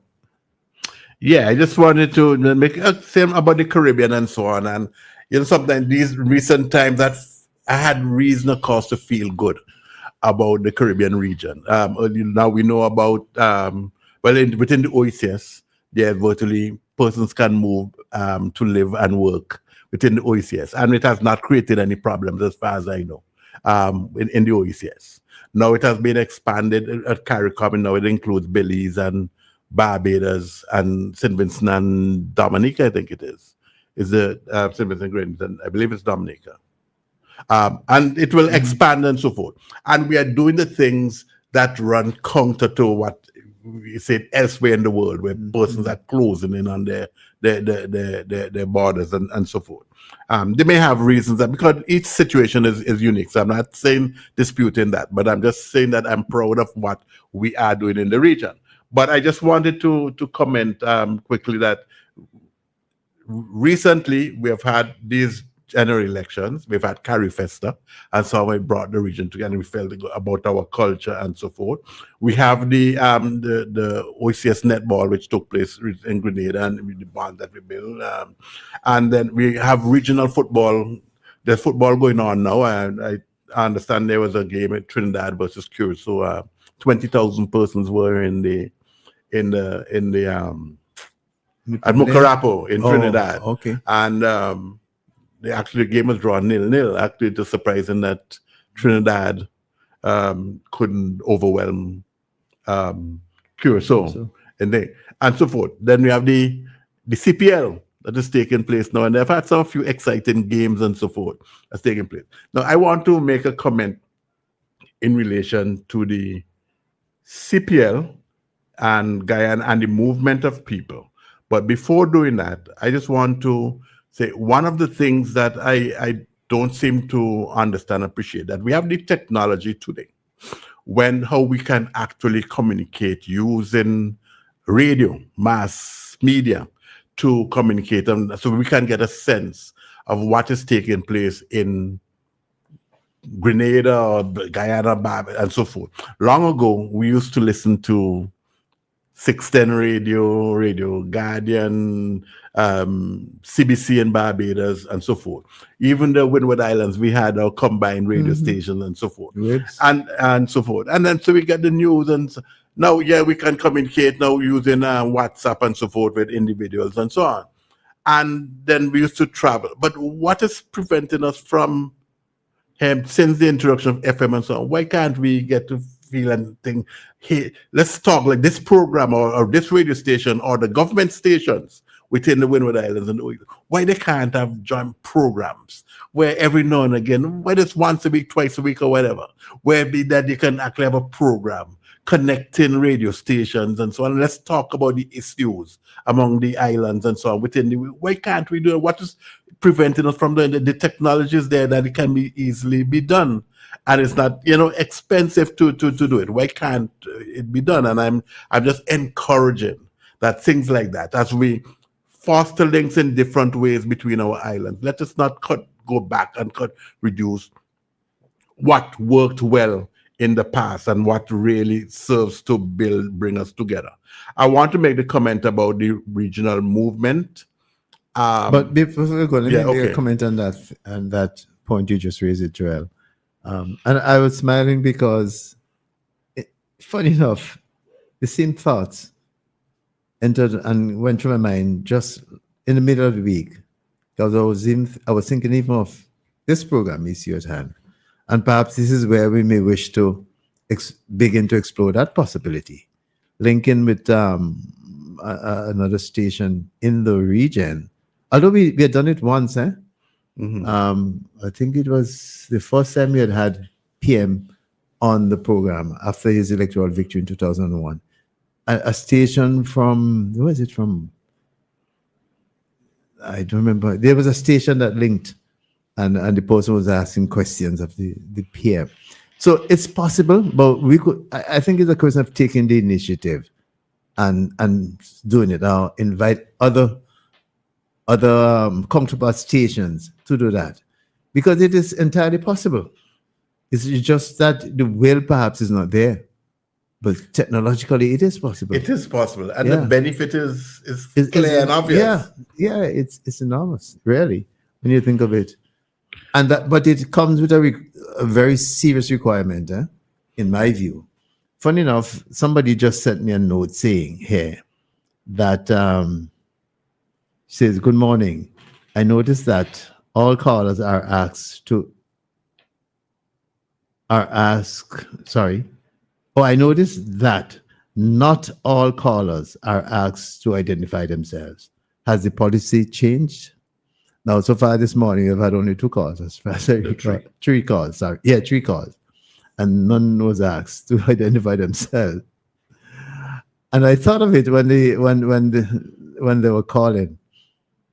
But the person's asking that question now. I raise this now because if there's going to be joint regional kind of, coverage, broadcasting, I think those of us those persons who call will have to lift their game, because some of the discussions I hear are petty discussions, petty remarks, and it might be fit for when you're with your colleague at home or wherever, but in terms of carrying a regional platform and so on, I think we'd have to lift our games. Some of our participants in the radio program. That's so. Whereas on the one hand, I think, Joel, it would be a fantastic thing to do to have a regional link up and so on. But really and truly, we'd have to lift our games, and we would have to be more professional and more serious in terms of the cause, because the other stations may wish not to be involved, for fear that they may expose themselves to libelous comments and so on and so forth, defamative kind of thing. And those are some of the things that come to my mind immediately in terms of concerns or precautions that may require discussion in such an effort. Well, of course, there's the delayed system that can be used as well. But let's see how it goes. I just wanted to add, Bijan and Cecil, about the CPL. And I saw a game a couple nights ago in Barbados where Guyana Amazon Warriors were playing against the Barbados Royals. And first of all, the composition of the teams were very interesting. Is that the star batsman for Guyana Amazon Warriors playing in Barbados It was a Bajan. was a Bajan, Shea Hope. Yes. I know. And so on. So but it's good, it's good sometimes to see these things taking place and so forth. And yeah, the one who hit the winning run in the other match, Shamar Springer. Yeah, he's a Barbadian playing for the Antigua Falcons, I think it was. Yeah. And so on. So it's all good. And that whole purpose behind this tournament is good. But what I found was interesting that it was the number of Guyanese flags and Amazon Warrior shirts and so on that were in the grounds and so forth. It was fantastic. But now... So that was the match in Trinidad, you said? No, this is the match in Barbados. Barbados. The one in Barbados. Mm-hmm. And they were there in there supporting the Amazon Warriors. So the first thought would be, when going back to the days with Stanford, was the number of Guyanese that we used to see on television who were living in Antigua and they were there to support the Guyana team and so forth. But so I thought, well, maybe some of that is prevails in Barbados with Guyanese living in Barbados. But in the interview with a couple of the Guyanese, said that they came into Barbados from Guyana, right? So they came in their numbers, whether it's Liat or Cal or whatever, that they came to look at the match and so on. So it's a mix. Now, I don't know what they're saying, whether it's the absolute truth or not, but I think it is highly possible that today, in 2025, that Guyanese would be traveling to the region to look at games, like how the Trinidadians would do it or used to do it in the past and so on. So it speaks now to the economic climate and what did happen now in terms of the movement of people through the islands and so forth, which is good. And I just want to say, well, what about our islands? Why is it that we don't travel as much as before? What pulls us together quite often is culture and sport. But we have to find a way where we can promote inter-regional tourism and so on. And most persons these days would still, a Barbadian would jump on a plane and go to Miami or New York. A Trinidadian would go up that way and so on. Rather than, if you ask many a Barbadian, as I have done, have you ever been to St. Vincent? And the answer is no. I've spoken with some Barbadians in a particular class, economic class. Have you ever been to St. Vincent? The answer is no. A pass through to go to the Grenadines. Right, so they're going to the Grenadines, so down to the Union Island and so forth, Beckwith and so forth, but not St. Vincent. But I found as well, as I asked the question, where have you been? They said St. Lucia. So we then have to ask ourselves regionally, what is it that St. Lucia has that St. Vincent doesn't have, or what we're not necessarily aware of? So we have to be able to look at that seriously and say, well, what's it that we have to do, or is it that things that we are not doing enough of to promote our destination to our regional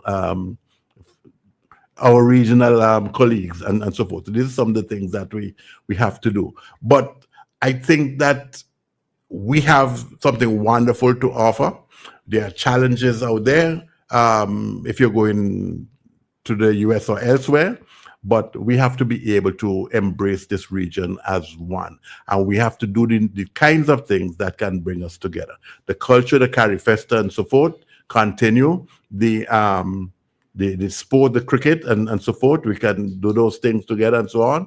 And my last comment is, which was a tease with, I think it was a Trinidad Minister of Government, is that who said that, why is it that Carnival, for example, if Carnival is one of the things that bring people to these islands, and we were talking at Vincy Mas, that all the Airbnb apartments, hotels were filled and so forth.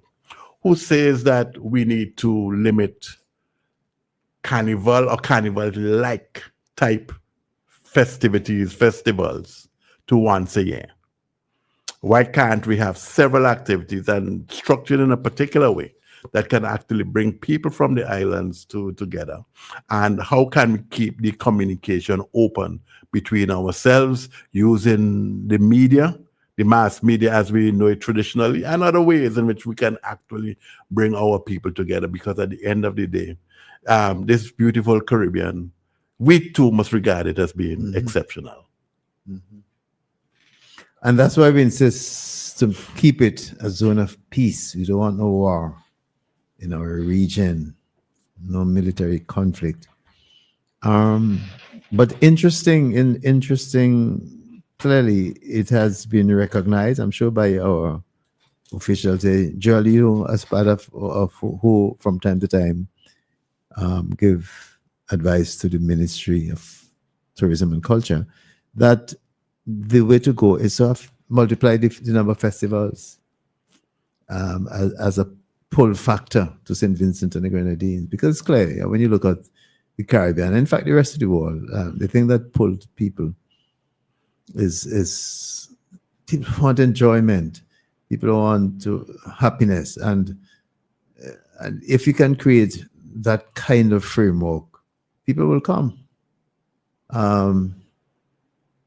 And it's funny I'm saying so because I'm aware that sometime in October, or the part of October, there's going to be Dr. Thomas sent me a message this morning. The Cannabis? Cannabis. Cannabis, Thing. yes. And that is beginning to be an attraction, from what I'm hearing and seeing. I was trying to, somebody was calling, but the person would call back. Yeah, so that would have to be added to our list of attraction, because from what I'm hearing, a lot of people are positioning themselves and getting ready to come to St. Vincent and the Grenadines. Yeah, but as tourism officials or persons who work within the tourism authority have indicated before, is that do not promote a festival before it is truly ready to be promoted. Okay. Make sure that it is developed and so forth. So don't let's start say, oh well, we're going to have a lobster festival, and next thing you know, people come and it's really Not quite. not there. Let's make sure. There's a call. Let's Fish. That's an interesting one. You're coming back to that. Good afternoon. Welcome to the program. Good afternoon. Good afternoon, Tijan. Good afternoon, Joel. Good afternoon to you. How are you guys doing? You had a long rest after your very, very successful and exciting event. I want to ask Joel a comical question. Joel, do you think it's okay for me to promote ITAL Fest? No, not anymore. A festival for persons to come from abroad? Not anymore. It's happening already. You've done enough. Yeah, I think it's out there, you know? Yes. Yes, I think that you're. Go ahead, Joel. I think you're ready, and we just have to make sure now that as we get the other dimensions, because you might not necessarily focus on the accommodation bit that much and so forth. And we have to make sure now that whether it's the Airbnbs as we call them and so forth, that they can take on the people that we have, and the other things that you may want to add to it and so on. But I think that you for 2026 and starting now that you're ready. Okay, give thanks. Now, I wanted to talk about a few things that I heard you discussing this morning. And one is our voice. They say that the only thing for evil to prevail is for good men and women to stay silent. And I think from time to time we have to concentrate more on making sure we say something when we see evil. And this is what you're doing this morning as it relates to the actual, I would say, execution of the persons on that vessel. Because we said we are innocent until proven guilty.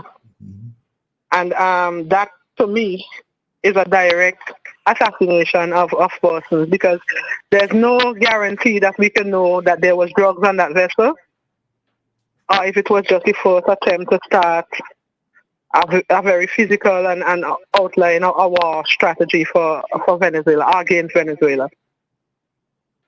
Now, again, we don't want stuff like that in our region. We know the consequences of war. I would say definitely there's no winners in a war. because there's always going to be dead brothers, dead sisters, dead mothers, dead children, dead aunties, and war affects everybody.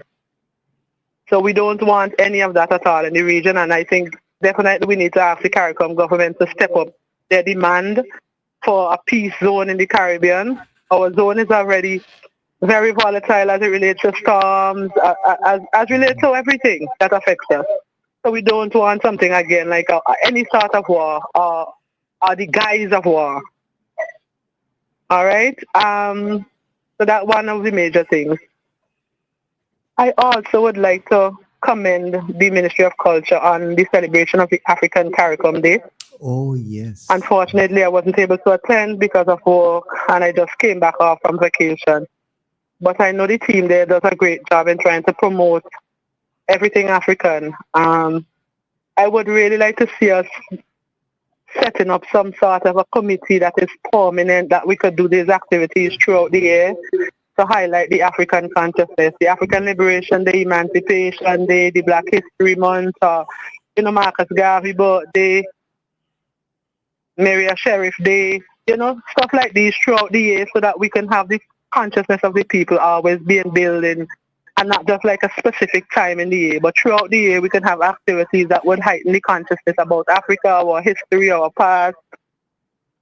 So again, I make a call for that, setting up a national umbrella, and I know a few years ago we had that, a national umbrella body where we had civil society group presence with the Ministry of Culture, drumming groups, etc. It fall off, and again, I would not blame solely the government, but I also would blame civil society organizations for not being active enough and demanding what we deserve, and demanding being at the table for setting up things like these. All right? Mm-hmm. Mm-hmm. Joel, I hear you talking about our tourism and many of the Caribbean persons passing through to go to the Grenadines, and sometimes we often ask what other countries have different. I think our marketing strategies be the issue, because I often find we don't market the beautiful black sand beaches, the therapeutic benefits, our nature hikes, our cool and refreshing rivers like the Cornell River, the Vermont, Table Rock. I find we try to highlight the beaches, and on mainland St. Vincent, the few white sand beaches, except for like over Young Island, is not a lot of beach for persons to sit and relax. There's not a lot of shoreline. Whereas we have a beautiful Kittels Beach right where you sit up there and look down. Yes. And all it needs is a few little things just to make it a phenomenal beach. But it is already a restroom. phenomenal beach. It is already. It is a phenomenal beach, but I mean, can be there's improved, no yes. restroom, a change room. Right, yes. Parking, proper parking, right? Mm. So these are things, if we can add those, then persons have an option. I've even submitted a tour to Correas about, a Rasta Vibe tour to take visitors to that site. Mm-hmm. Yeah. And unexplored Correas responded opportunity. positively? Well, I haven't gotten back any feedback from them as yet. But it was to take them there and also to the Cornell River, which is up in Vermont. So it would have been an option of a river line or a beach line. Can you repeat the name of the tour you call it? Oh, I call it a Rasta Vibes. Rasta Vibes. Right. So you would come from the tour, you have drumming, you have Ital food, a yaba pot cooking, something like what we did at Ital Fest. Okay. And where did you see as the venue? Where did you propose as the venue? One of the venues was the Kittels Beach. Oh, okay. And another one was the Cornell River, Mm-hmm. Mm-hmm. which is just up in Vermont. Okay. Mm-hmm. And as I say, some of the major thing is the infrastructure as well. Sometimes to get to these places, the road is a little bit terrible. Mm-hmm. We have to work on these things, not just for visitors, but for our locals, right. because we want to have better access. Mm-hmm. Yeah, so these are unexplored sites I think we could explore as well and market our cuisine. But at the same time, we're marketing our cuisine. we have to try to give more local food. I would have been a tour guide for Korea for many years, and sometimes when the guests go to some of our popular hotels, what we offering them is burgers and the local, not a ballahu burger. You understand? Not a crab burger. We want to give them the beef burger, which they popularly get in their country. And I'm not promoting meat anyhow, but that's what is there. You know, we don't give them enough of the saltfish cakes, some blackfish chewed up with provision, some breadfruit chips. We give them the same things that they get abroad. Spaghetti bolognese, you understand? I mean, the rotis are different. So sometimes they go and you see them trying the rotis or even the pizza. And if they try a pizza, it's the same pepperoni. How about a shark pizza? You understand? So different things that they can say when they go to St. Vincent, they had something that they never had in another country. And Pigeon said earlier on maybe a crayfish pizza. Yes, a crayfish soup. You understand? A crayfish soup, a curry crayfish. You know, I see them do a lot of the crayfish cooked up with the corn and vegetables and all these things.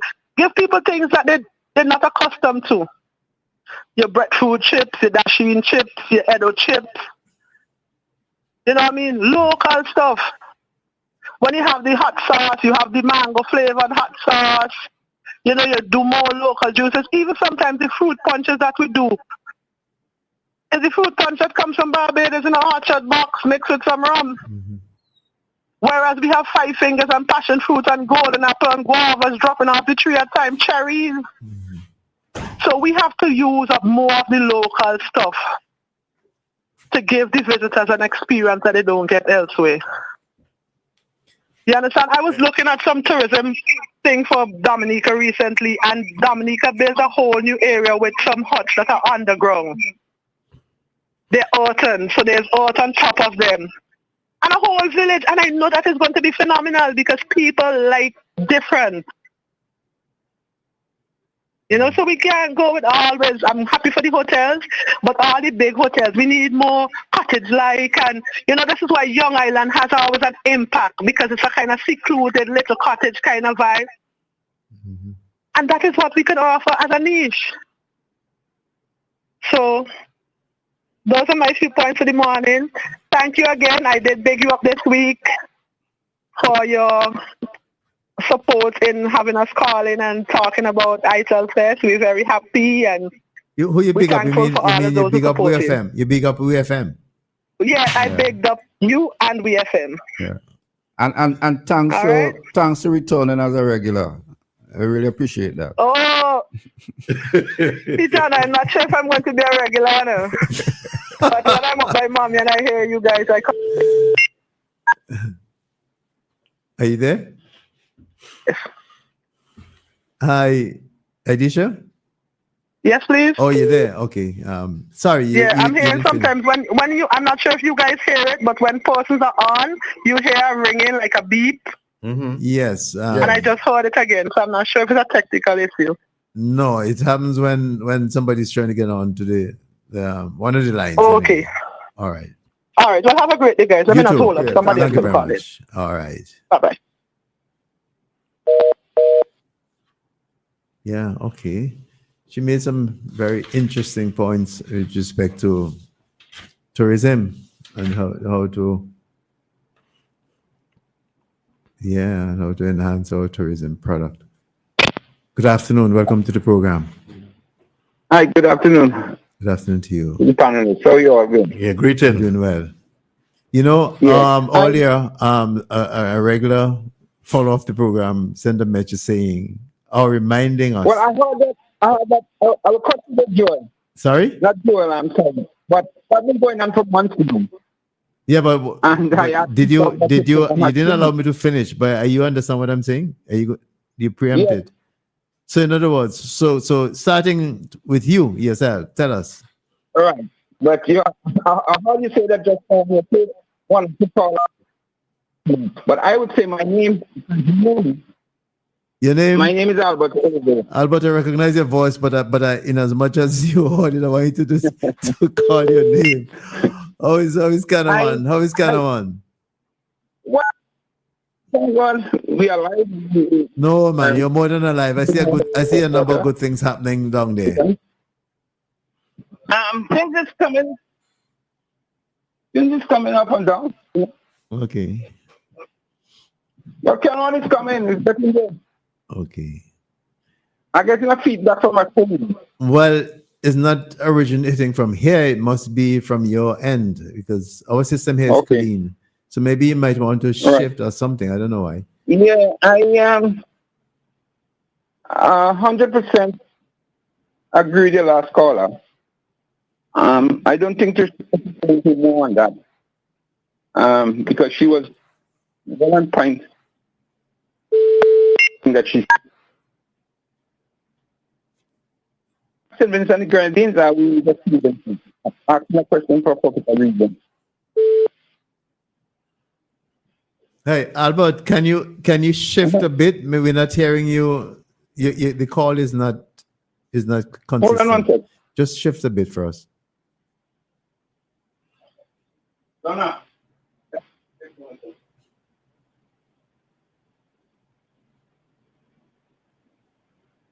Yeah, we're trying to get Albert to shift so we can have an improved quality. Yeah. Yes, go ahead. You anybody know? Slightly, but go ahead. Keep talking. Yeah. Let me call back. Something is wrong. All right then. We'll look forward to your call. Okay.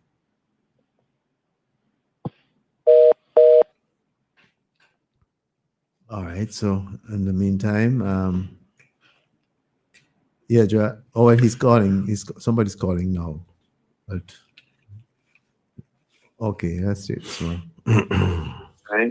good afternoon. Welcome to the program. Yeah, good afternoon, Mr. Ryan, Good afternoon Mr. to you. John, and Mr. Providence. Good afternoon to you. This is Jeff calling. Yeah, good to have you. I haven't talked to you guys in a while. I know you were talking earlier on about, one of you mentioned about asking Barbadians if they have ever been to St. Vincent. And they replied that you were saying that most of them went to the Grenadines instead of the mainland. I had that same discussion. Well, not discussion, but I called it one, I think was on your program, maybe sometime last year. And I put that question to the PM. Because, Barbados always advertising Barbados and the Grenadines. So maybe that's a reason why a lot of them go into the Grenadines instead of the mainland. So, But that's but like I said, do you see anything wrong with that? not really. The PM didn't find anything wrong with it because he basically saying that if they go to Grenadines, I guess It's the same nation. It's the same country. nation, and also right, and also they're gonna be. I guess you fly there, they got to pay a tax coming into. They got to pay into the money Grenadines anyway. Exactly. Yeah. And So, if they're going there to but- stay overnight or whatever, they got to Right. pay. That is what he was alluding to. Yes. But still, like you said, they have not been to mainland, and I'm saying maybe that's the reason why they're going to the Grenadines, because they advertise as Barbados and the Grenadines. But that's fine. That's what I'm saying. If Barbados want to, But we're not what I'm saying though, we're not getting much push for mainland itself. no. So that's Hear what I'm me, saying. hear That's me, probably hear why me. The they're point I'm going there. making, the country is called St. Vincent and the Grenadines. So whether Point they taken, one point taken. whether they end up in fancy Fitues or Union or or in Canawan, it's the same thing. Whatever they spend. Okay, I mean, I understand all of that. We're just querying, why they just, like you say, they go into the Grand and not the mainland. So I'm just saying Oh, that I because the Grand is pointed out more than the mainland. That's But that's all good. I'm saying. I don't see anything wrong with it. Okay, right. I'm not saying. Okay. I see your point. But I can clarify. I see your point. Jeff, Okay, all right. Jeff, I can And clarify. the other, But okay, you want me got you. you want me to clarify now because you're moving on to another point. Okay, Yeah, but yeah. just Jeff, just Go ahead. hold on before we go on to the next point. Yeah, okay. Just hold on. Joel. By and large, it's what I'm just trying to say is that St. Vincent and the Grenadines in its totality is not necessarily endearing to or appealing to Barbadians per se. That's nothing to do with Barbados, St. Barbados and Grenadines, because I'm talking about Bajans and so on, who will go elsewhere. But I was making a point, but there's a particular class of persons out of Barbados who will focus on the Grenadines because Grenadines is more appealing from a sailing standpoint. That's the only point why I mentioned about the Grenadines, that they sail down to the Grenadines, or they fly in and they sail down, or they sail from Barbados. That's the only point I was making, why I made a distinction between mainland St. Vincent and the Grenadines. All right, Jeff, your next point? Point taken. Your next point? The next point is Kittell's Beach.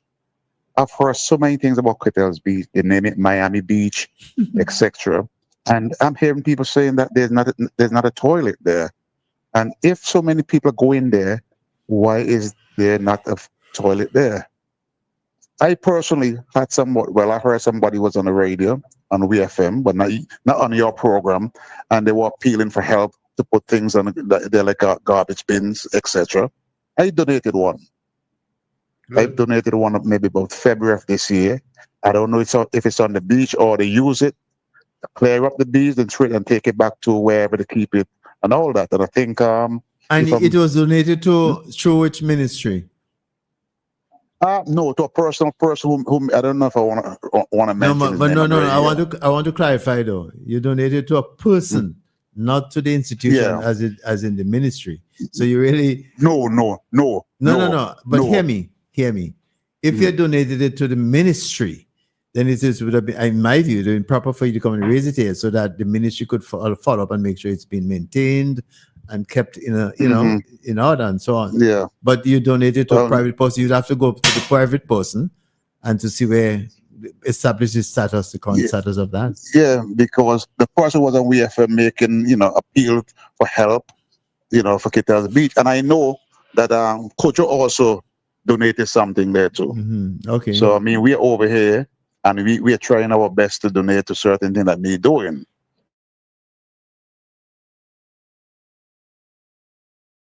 I mean, the place and you may wish to you rather than us discussing. You may wish to contact the person and find out how things are going, whether or not it's been used. That's all. I could have done that, but anyway, I'll be down there later this month. And right, and you can follow. I'm going to visit there. Right, so you'd be able to follow. Yeah, most definitely. All right, guys. Okay, Jeff. right. Listening, I do make my contribution. All right. Thank you. Thanks for calling. Okay, so the number to call is 457-9997. We still have some time remaining on the program for today. And today it's open mic, so you're allowed to make your call, make a contribution. And we were reminded a while ago that we need to be consistent with asking or requiring people to give a name when they call the program. So let's go back to that. We have a call now. Good afternoon. Welcome to the program. Yeah, good afternoon. Oh, yes. Yes. Good. Yeah, I'm calling back. Albert. No, we have so much in Simmons and Grenadines to offer. But I'm still asking myself if we are really doing something to actually promote our tourism at a high level. We should, every month of the year, there should be something between St. Vincent and the Grenadines. So every month, somebody want to come into St. Vincent and the Grenadines, they know some activity happening somewhere along the line so they could come. Just not for Carnival and just for Christmas, whatever bigger crisis they have been. Our island is multi-purpose. We can have the Grenadines, we have the Maroon Fest, we have the color stuff, different things. But we don't have the Grenadines. We don't have the population between St. Vincent and the Grenadines to promote certain things here with tourism at certain level. I see that starting something that I was preaching years now about the acting system. I know last year we tried to do something in the Grenadines. They call it but it was not successful. And I hope this year they could put more planning into it, because we have one of the best water around the world, you can say. But Albert, when you said they were trying something, who, I mean, the ministry? Who's they? Ministry, yeah, Ministry of Tourism. Ministry of Tourism. Oh, I see. And you say it wasn't that successful. You're not even aware of that. Mm. They had a Bougainville Cup that happened down at the marina, right? Mm-hmm. But it was not much established. It was not going with the people of Canaan. Mm-hmm. It was just something that they do, you know. And I think this is a great thing that could happen. That, you know, people know this is going to happen. So you could bring more people into the community, even the wider the Caribbean islands. Mm-hmm. You know?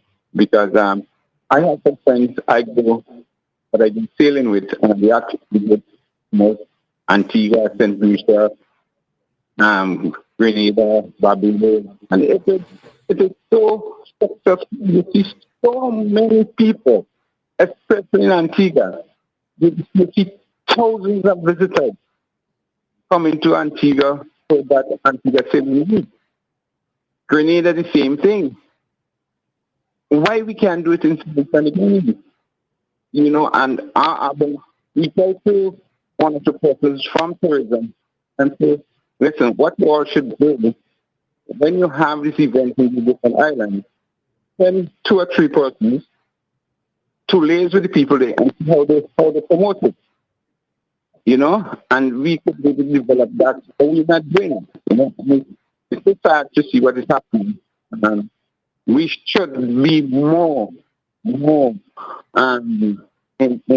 actually develop our tourism in Timmins and the Grenadines. You have the trails, you have waterfalls, you have different things. So we can mix it, you know, and I think that is one of the part that that is not happening, you know. I hope sooner or later that will happen, because we have a lot of potential in Timmins and the Grenadines. Mm-hmm. You know, I love sailing, you know, but we don't get the support enough. When you say we don't, you say we don't get the support. Who is we? From the government. No, but who is we? Who is we? Well, the organization, you have the sailing club and you have different organizations who do things. And you know that. You actually be... No. I don't know. I don't know who is... Are you part of a sailing club? That's what you're saying in Canaan? Yeah, I run a youth sailing club in Canaan. Yeah, but I don't know that you have... I don't know about any... But I'm saying I don't know of any sailing club in Canaan that is working. Maybe that needs to be promoted more. But it fall off. I mean, we used to have Whitsun Tide. You don't know what the Whitsun Tide regatta here for years now? Oh, okay. And you don't... I mean, have you... I'm saying I'm not aware. So I'm suggesting perhaps even as you raise the point, you may want to reach out and collaborate more with the ministry and the Ministry of Tourism. Are they willing to have that collaboration? In 2000, I tried to promote a Southern Grenadines sailing event where you have boats from Bethel right down to Caribou and Martinique to bring that how you call it, togetherness together. You know, because we used to have growing up, we had that going. We never look at when the Martinique and Caribou as a different place. We look at them as because we share the same culture, we share everything together. You know, and I wrote to the Ministry of Tourism, and I did not get a response. You know, and it was successful. You know, but again, so you wrote to the hear me. You wrote to the ministry. Yeah, go ahead. You wrote to the Ministry of Tourism for what? Tell them exactly what they're going to do and what contribution that they could make. Now you have to have a discussion, man. You have to sit down and discuss the whole idea with them, and together you all decide who do what. Well, this is what I'm saying. Togetherness we need. We need togetherness. But I'm saying, Albert, that your organization has to reach out to the ministry. But I did. And to invite them to meet to a discussion. That's what you did. I think I think so. You know. I think so. Well, you're thinking it's true, but I am suggesting. Hear me. I'm suggesting. Yeah, but I'm suggesting. I'm suggesting that perhaps the way to approach it is to reach out your organization, officially reach out to the Ministry of Tourism and invite a meeting, and you have a discussion. Present your proposals. You have a discussion. There may be some changes or whatever, and you all decide how you're going to move forward on it. Well, I agree with you to an extent, but you know, you have to take some questions. Don't go on with doubt. You can't start this thing with doubt. You have to start it with possibilities. You know, I mean, but for years we've been trying it. Try again. When we do something in the Grenadines, it's not for someone after Mayo, after you know. But try again. Try again. And start with a positive footing this time.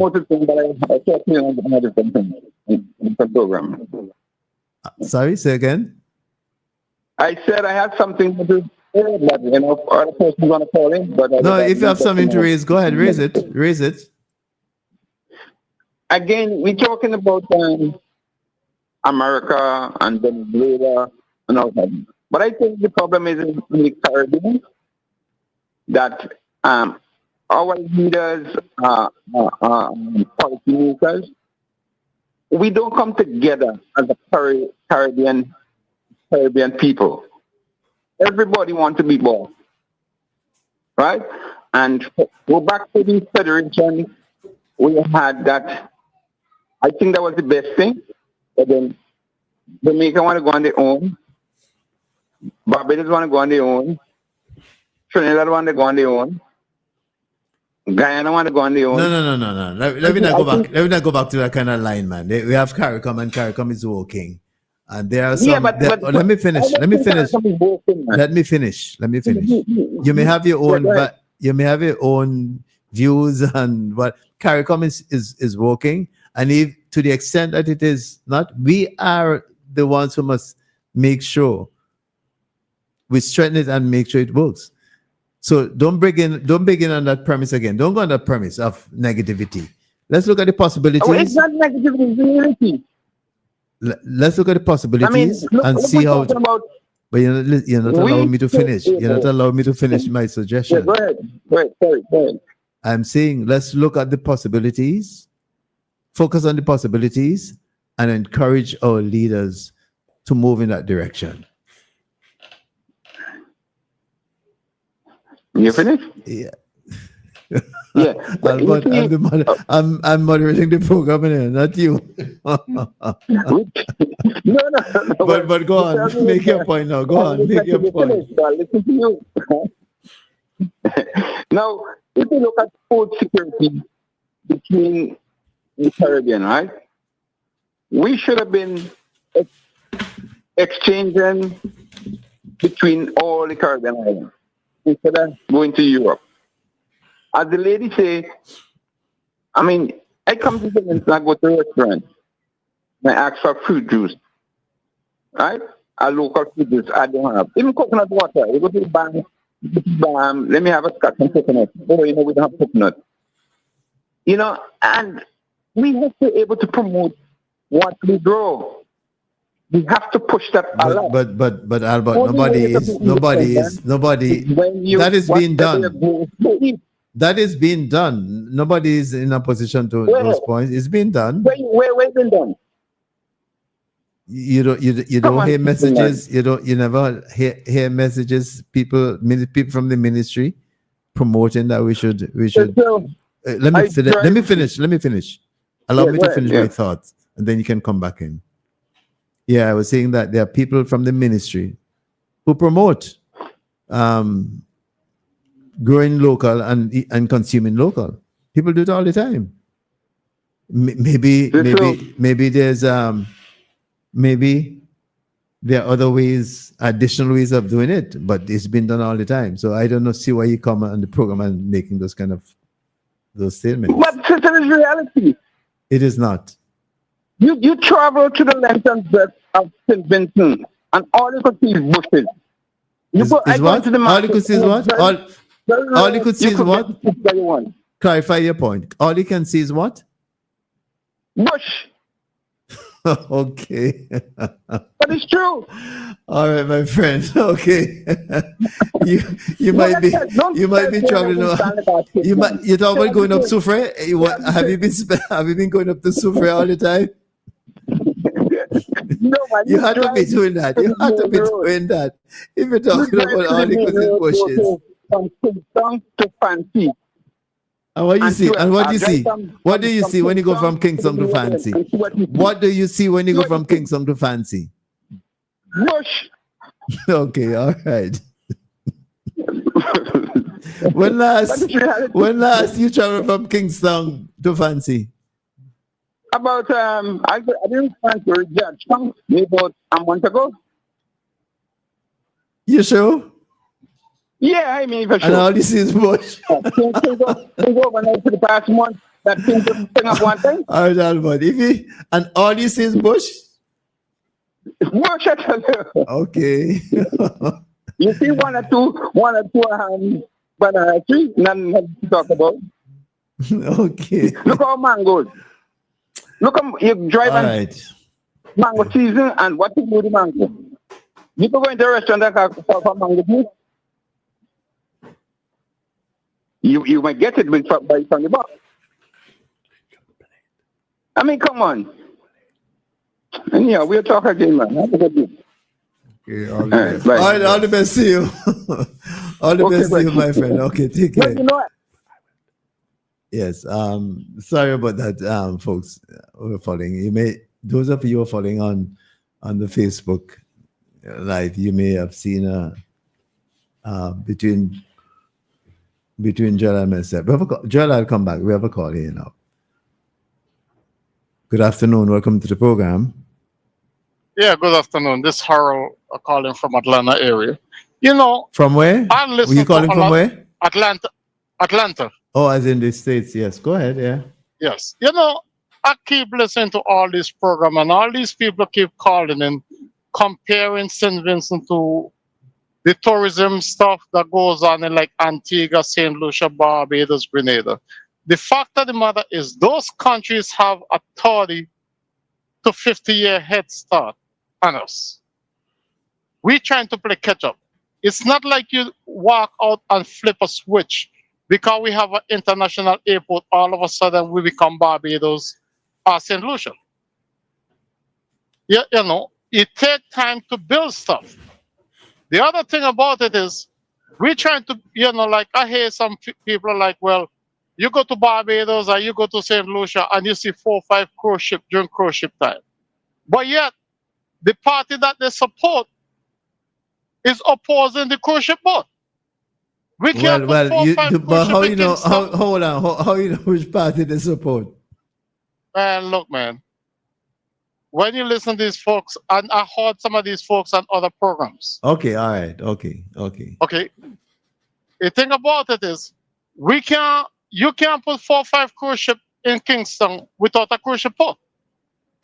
You have to have the infrastructure to get it. This stuff takes time to build. It's not going to happen overnight. It's just like when the airport opened, everybody's like, well, where the tourists at? Because you open an airport doesn't mean everybody, you guys got 10 planes landing a day overnight. It takes time to build up to where you need to be. And St. Vincent is growing. A matter of fact, I'm surprised at how fast we are going for the short period of time. If COVID didn't happen, we probably would have been even way ahead, since the airport opened. Take the time, and like that guy talking about, he write to the ministry. Like you tell him, you can't just send a letter, reach out to the ministry and be like, hey, can I have a meeting? a lot of people down there will come up with stuff and say, well, the government not promoting it. What are you doing to promote your product? If you come up with an idea, you got to get out there, start promoting it, and go to the government and show them what you're doing. You know, stuff not going to happen overnight, and nothing is not going to happen unless you take proactive measures into getting it done. You know, and that's pretty much all I want to say. You guys have a good afternoon. Thanks for calling, and same to you, my friend. Thank you, Mr. Harold. Harold. Call again. Yes. All right, then. Take All care. right, I will. All right, good. Yes. Okay. Joel, you have an introduction to do now. Yes, I just wanted Okay. to say over the last 2 weeks, I think, I had cause to interact face to face with Miss Harold. I don't know when the last time she called in on the program, but it's always a pleasure to hear her voice. I actually heard her calling to another, actually on WFM earlier this week, but it wasn't this program and so on. So, but I had to visit her in relation to addressing a passport matter in relation to a relative of hers. You may recall some time ago that the Prime Minister Gonsalves was on this program, and he said that he wanted to speak with me about addressing a matter relating to a Vincentian who is presently residing in Ethiopia. And it had to do with a passport particular matter. Where I am happy to indicate that as the Vincentian was being there, is well known by a lot of persons in St. Vincent. He actually received his passport this morning, and he's very elated about it. And he actually sent a message which he said that you can actually share. Okay. And so on. So if we can actually play the message. Let's do that. Let's do that right now. Heartical greetings, Bamba. Yeah, I got my passport this morning from the delegation. They stay in a different hotel to the Prime Minister. His hotel is next to the airport, All-Star Hotel. Yeah, but the delegation with the Rastas staying at Sheraton.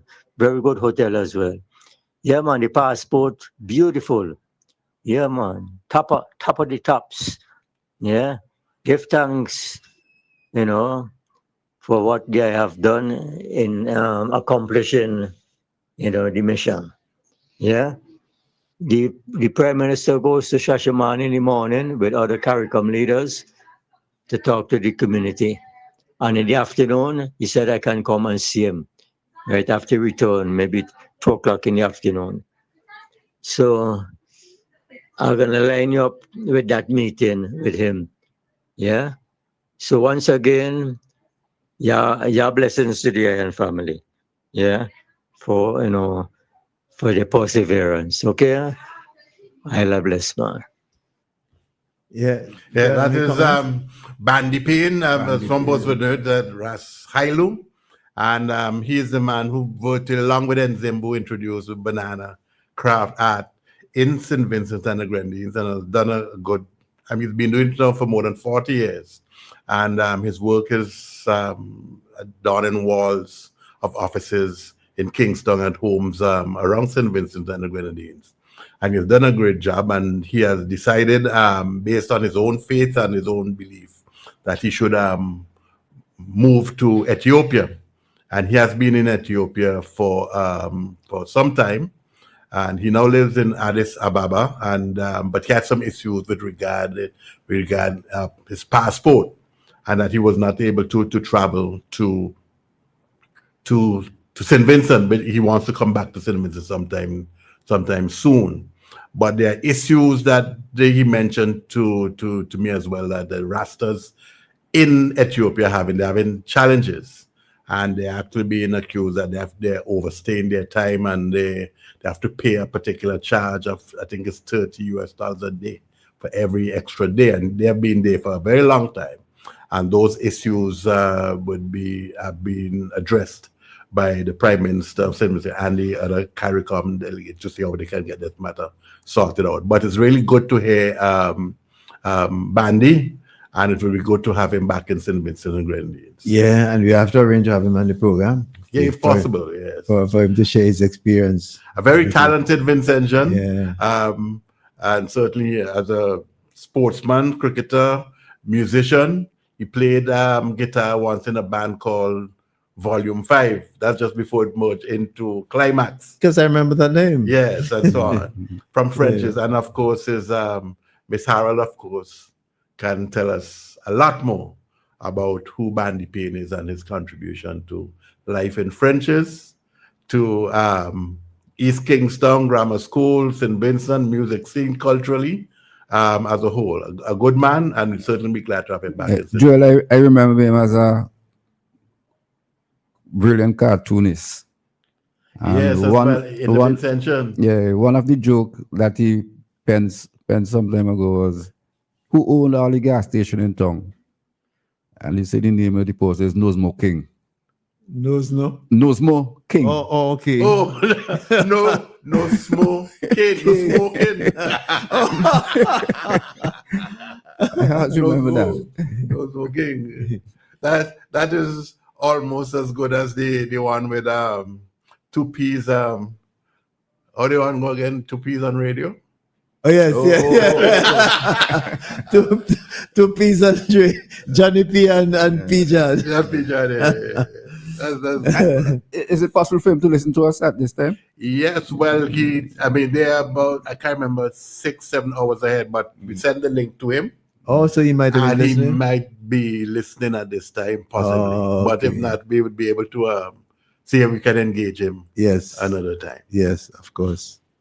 Of course. It's nice of him to have allow you to share the message with our listeners. Yeah. Okay. That's good. We still have a few minutes remaining on the program today, but I have one thing that I wanted to raise afterward, but if it improves. yeah, I have one here which I want to. Well, it's been raised before. I just want to acknowledge it. That it's from the ULP's column, but I saw it on Facebook and on another publication, online publication, talking about the progress at the NIS, and people may have heard it before. And what I find interesting about first of all, do you remember when the NIS was going through some challenges?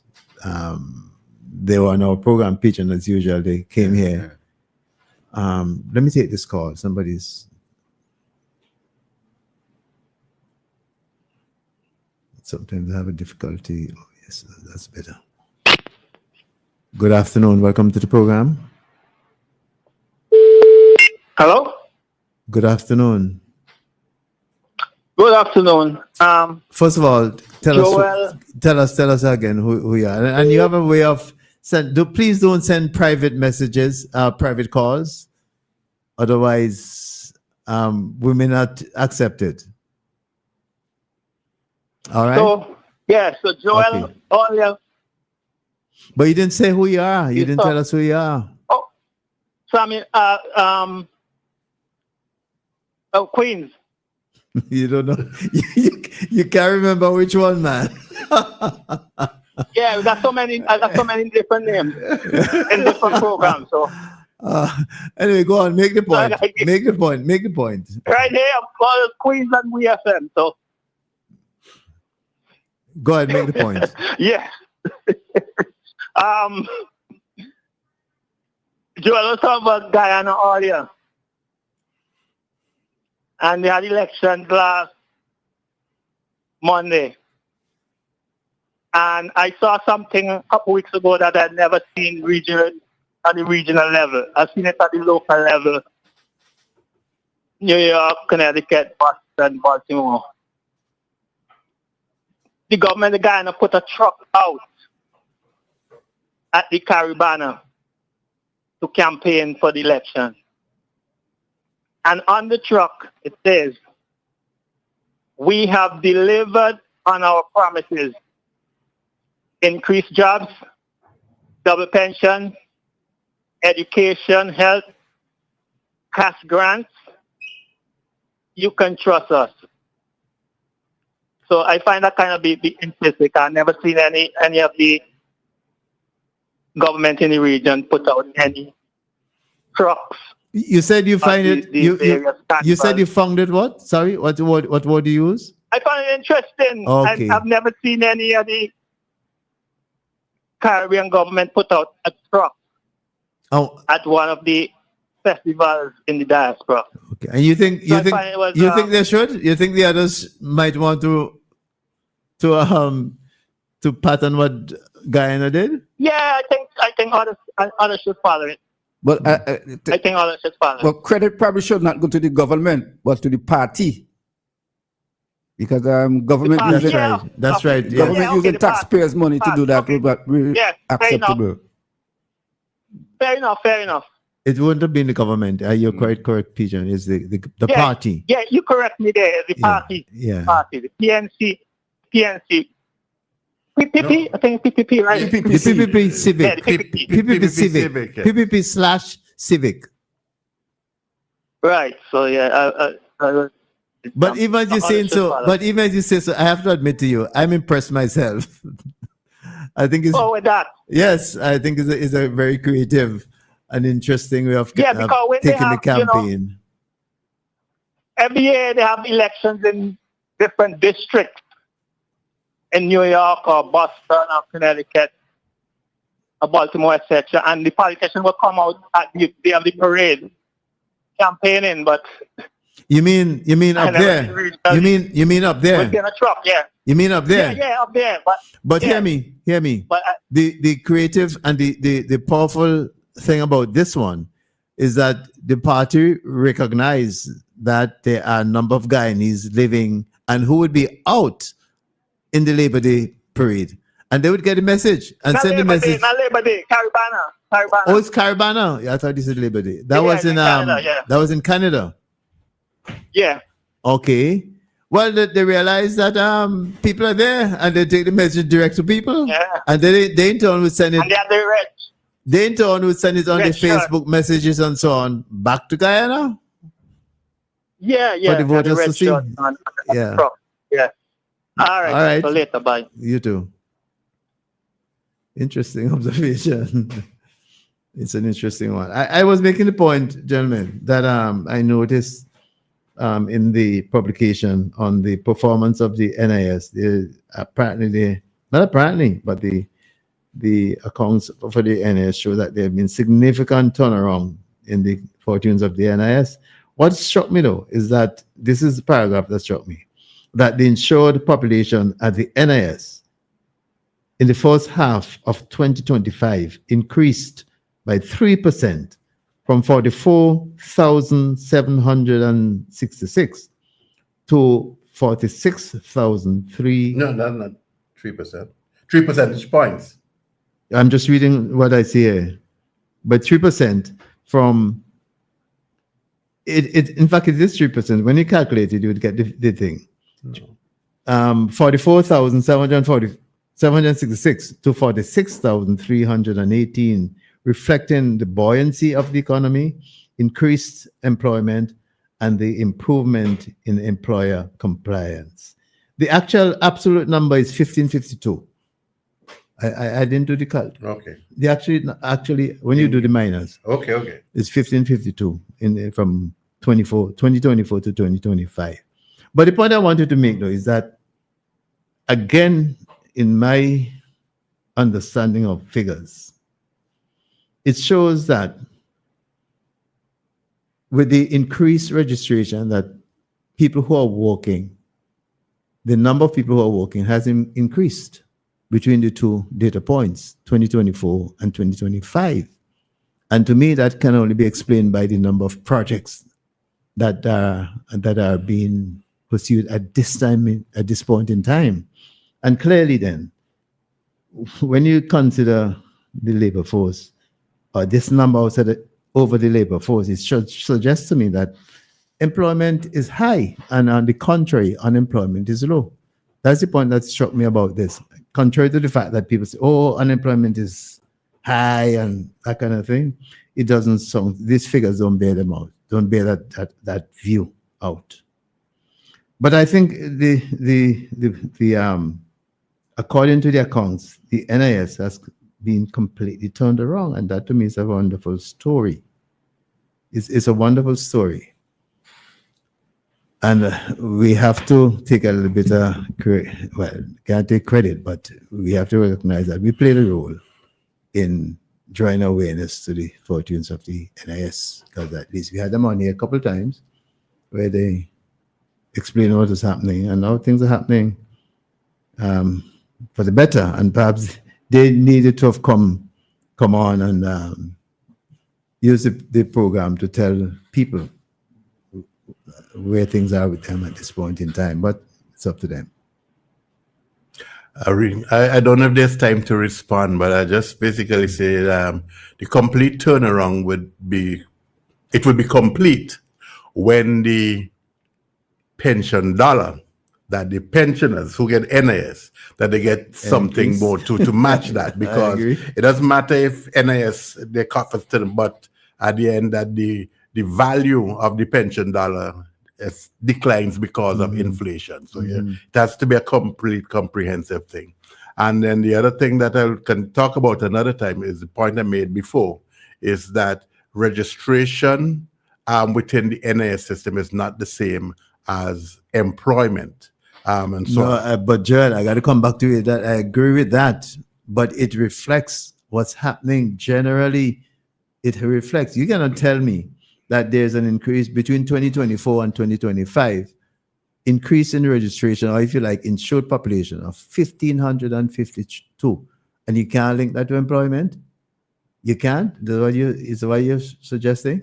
I think it can be, and there's a direct link to the number of people who are now working as opposed to before. Yes, but like I'm just saying, but if someone is registered and they're working for 2 or 3 months out of 12, then you have to just don't cover it in a blanket and saying that they are employed, because it kind of implies a full employment when in truth, in fact, it is not. So they are registered, but it is not necessarily a case of full employment. Well, I don't quite follow what you mean by No, sorry, full but let employment. me clarify. Not full employment, but the point that if someone is registered and making contributions to the NIS for 2 or 3 months in the year or 4 months in the year, you got to qualify that by itself, and just don't put it in and say, well, okay, as if it is implying that this person is working for 10 months, 11 months, or 12 months in the year, and so forth, as opposed to 2, 3, or 4 months. That's the point I'm just trying. Well, the figures don't say that, and you know, where you can really expect the figures to say that. No, so that is why we got to be, Yeah, but what it does reflect is an improved status. If there's an improved status of employment, it means that more people are making an income. More people, clearly, and that has to be a good thing. And it doesn't, and it shows to me that one cannot make the argument that people are unemployed, and it doesn't support that argument. No, I'm not making that point either. No, I didn't say you are, but I said one cannot. And on the contrary, it makes the contrary point that more people are working. Generally speaking, more people have access to an income, and so on and so forth, which is a good thing. It's good news, and I just wanted to emphasize that good news part of it. But there are other things in the statement that talks about the good news, or the good news story of the NIS, and it's changed around. I mean, although I agree with you that the ultimate thing is for pensioners to receive an increase, and hopefully that will come, what it does say is that pensioners don't have to worry that they won't be able to receive their benefits, because this turnaround is putting the NIS in a better position, in a sounder position to meet its obligation, and for people not to worry, for pensioners not to worry about how they're going to how they're going to receive their pension, which is a good thing. Anyway, I just wanted to make that point. before we end the program today. A few people have been calling, but I guess that'll have to be for next week. I just want to remind people that we were supposed to have had Peter Wickham on the program today, and he was going to talk about the results of the elections in Jamaica and Guyana, and its implication mainly for opposition parties in the region. But unfortunately, he had to deal with another urgent matter. But he has agreed to be on with us next week, Sunday. So next week, Sunday is when we would have Peter on with us, and he would be talking about the results of the elections in Jamaica and Guyana and implications for parties. Let me put this, not necessarily opposition parties, but parties, part of the world. Pijan? I was going to say the same thing. Yes. Implication for parties, not just the opposition. Yeah. Although in his comments, he pinpointed the opposition, but it's for parties, period. Because he generally, I think the point was made earlier on the program that parties seem not to be doing, in terms of their popularity, not as good as they used to in former years. Even when they win. Yeah, with a vote to turnout of 38.9% and that kind of thing. Yeah. Is bad. I just, I would add next week, make my comment as well, Cecil and Pijan, about what has happened to the PNC in Guyana, which was the Burnham Party, that someone can come on the scene in 3 months and virtually wipe out the bulk of the votes that the PNC gained in Guyana. 3 months, a billionaire businessman in Guyana. And it reminds me to some degree of what would have transpired in Grenada, that in less than 6 months, that someone who had no place at all on the political stage in Grenada was offered the leadership and became Prime Minister of Grenada 6 months later. Well, money speaks sometimes. So, yeah. All right. With that, those comments, sorry couldn't respond to all the calls that came in, but we, as usual, you can call us here when you have an issue, and we would allow you to hear it, especially when we have open mics. When it's open mic day.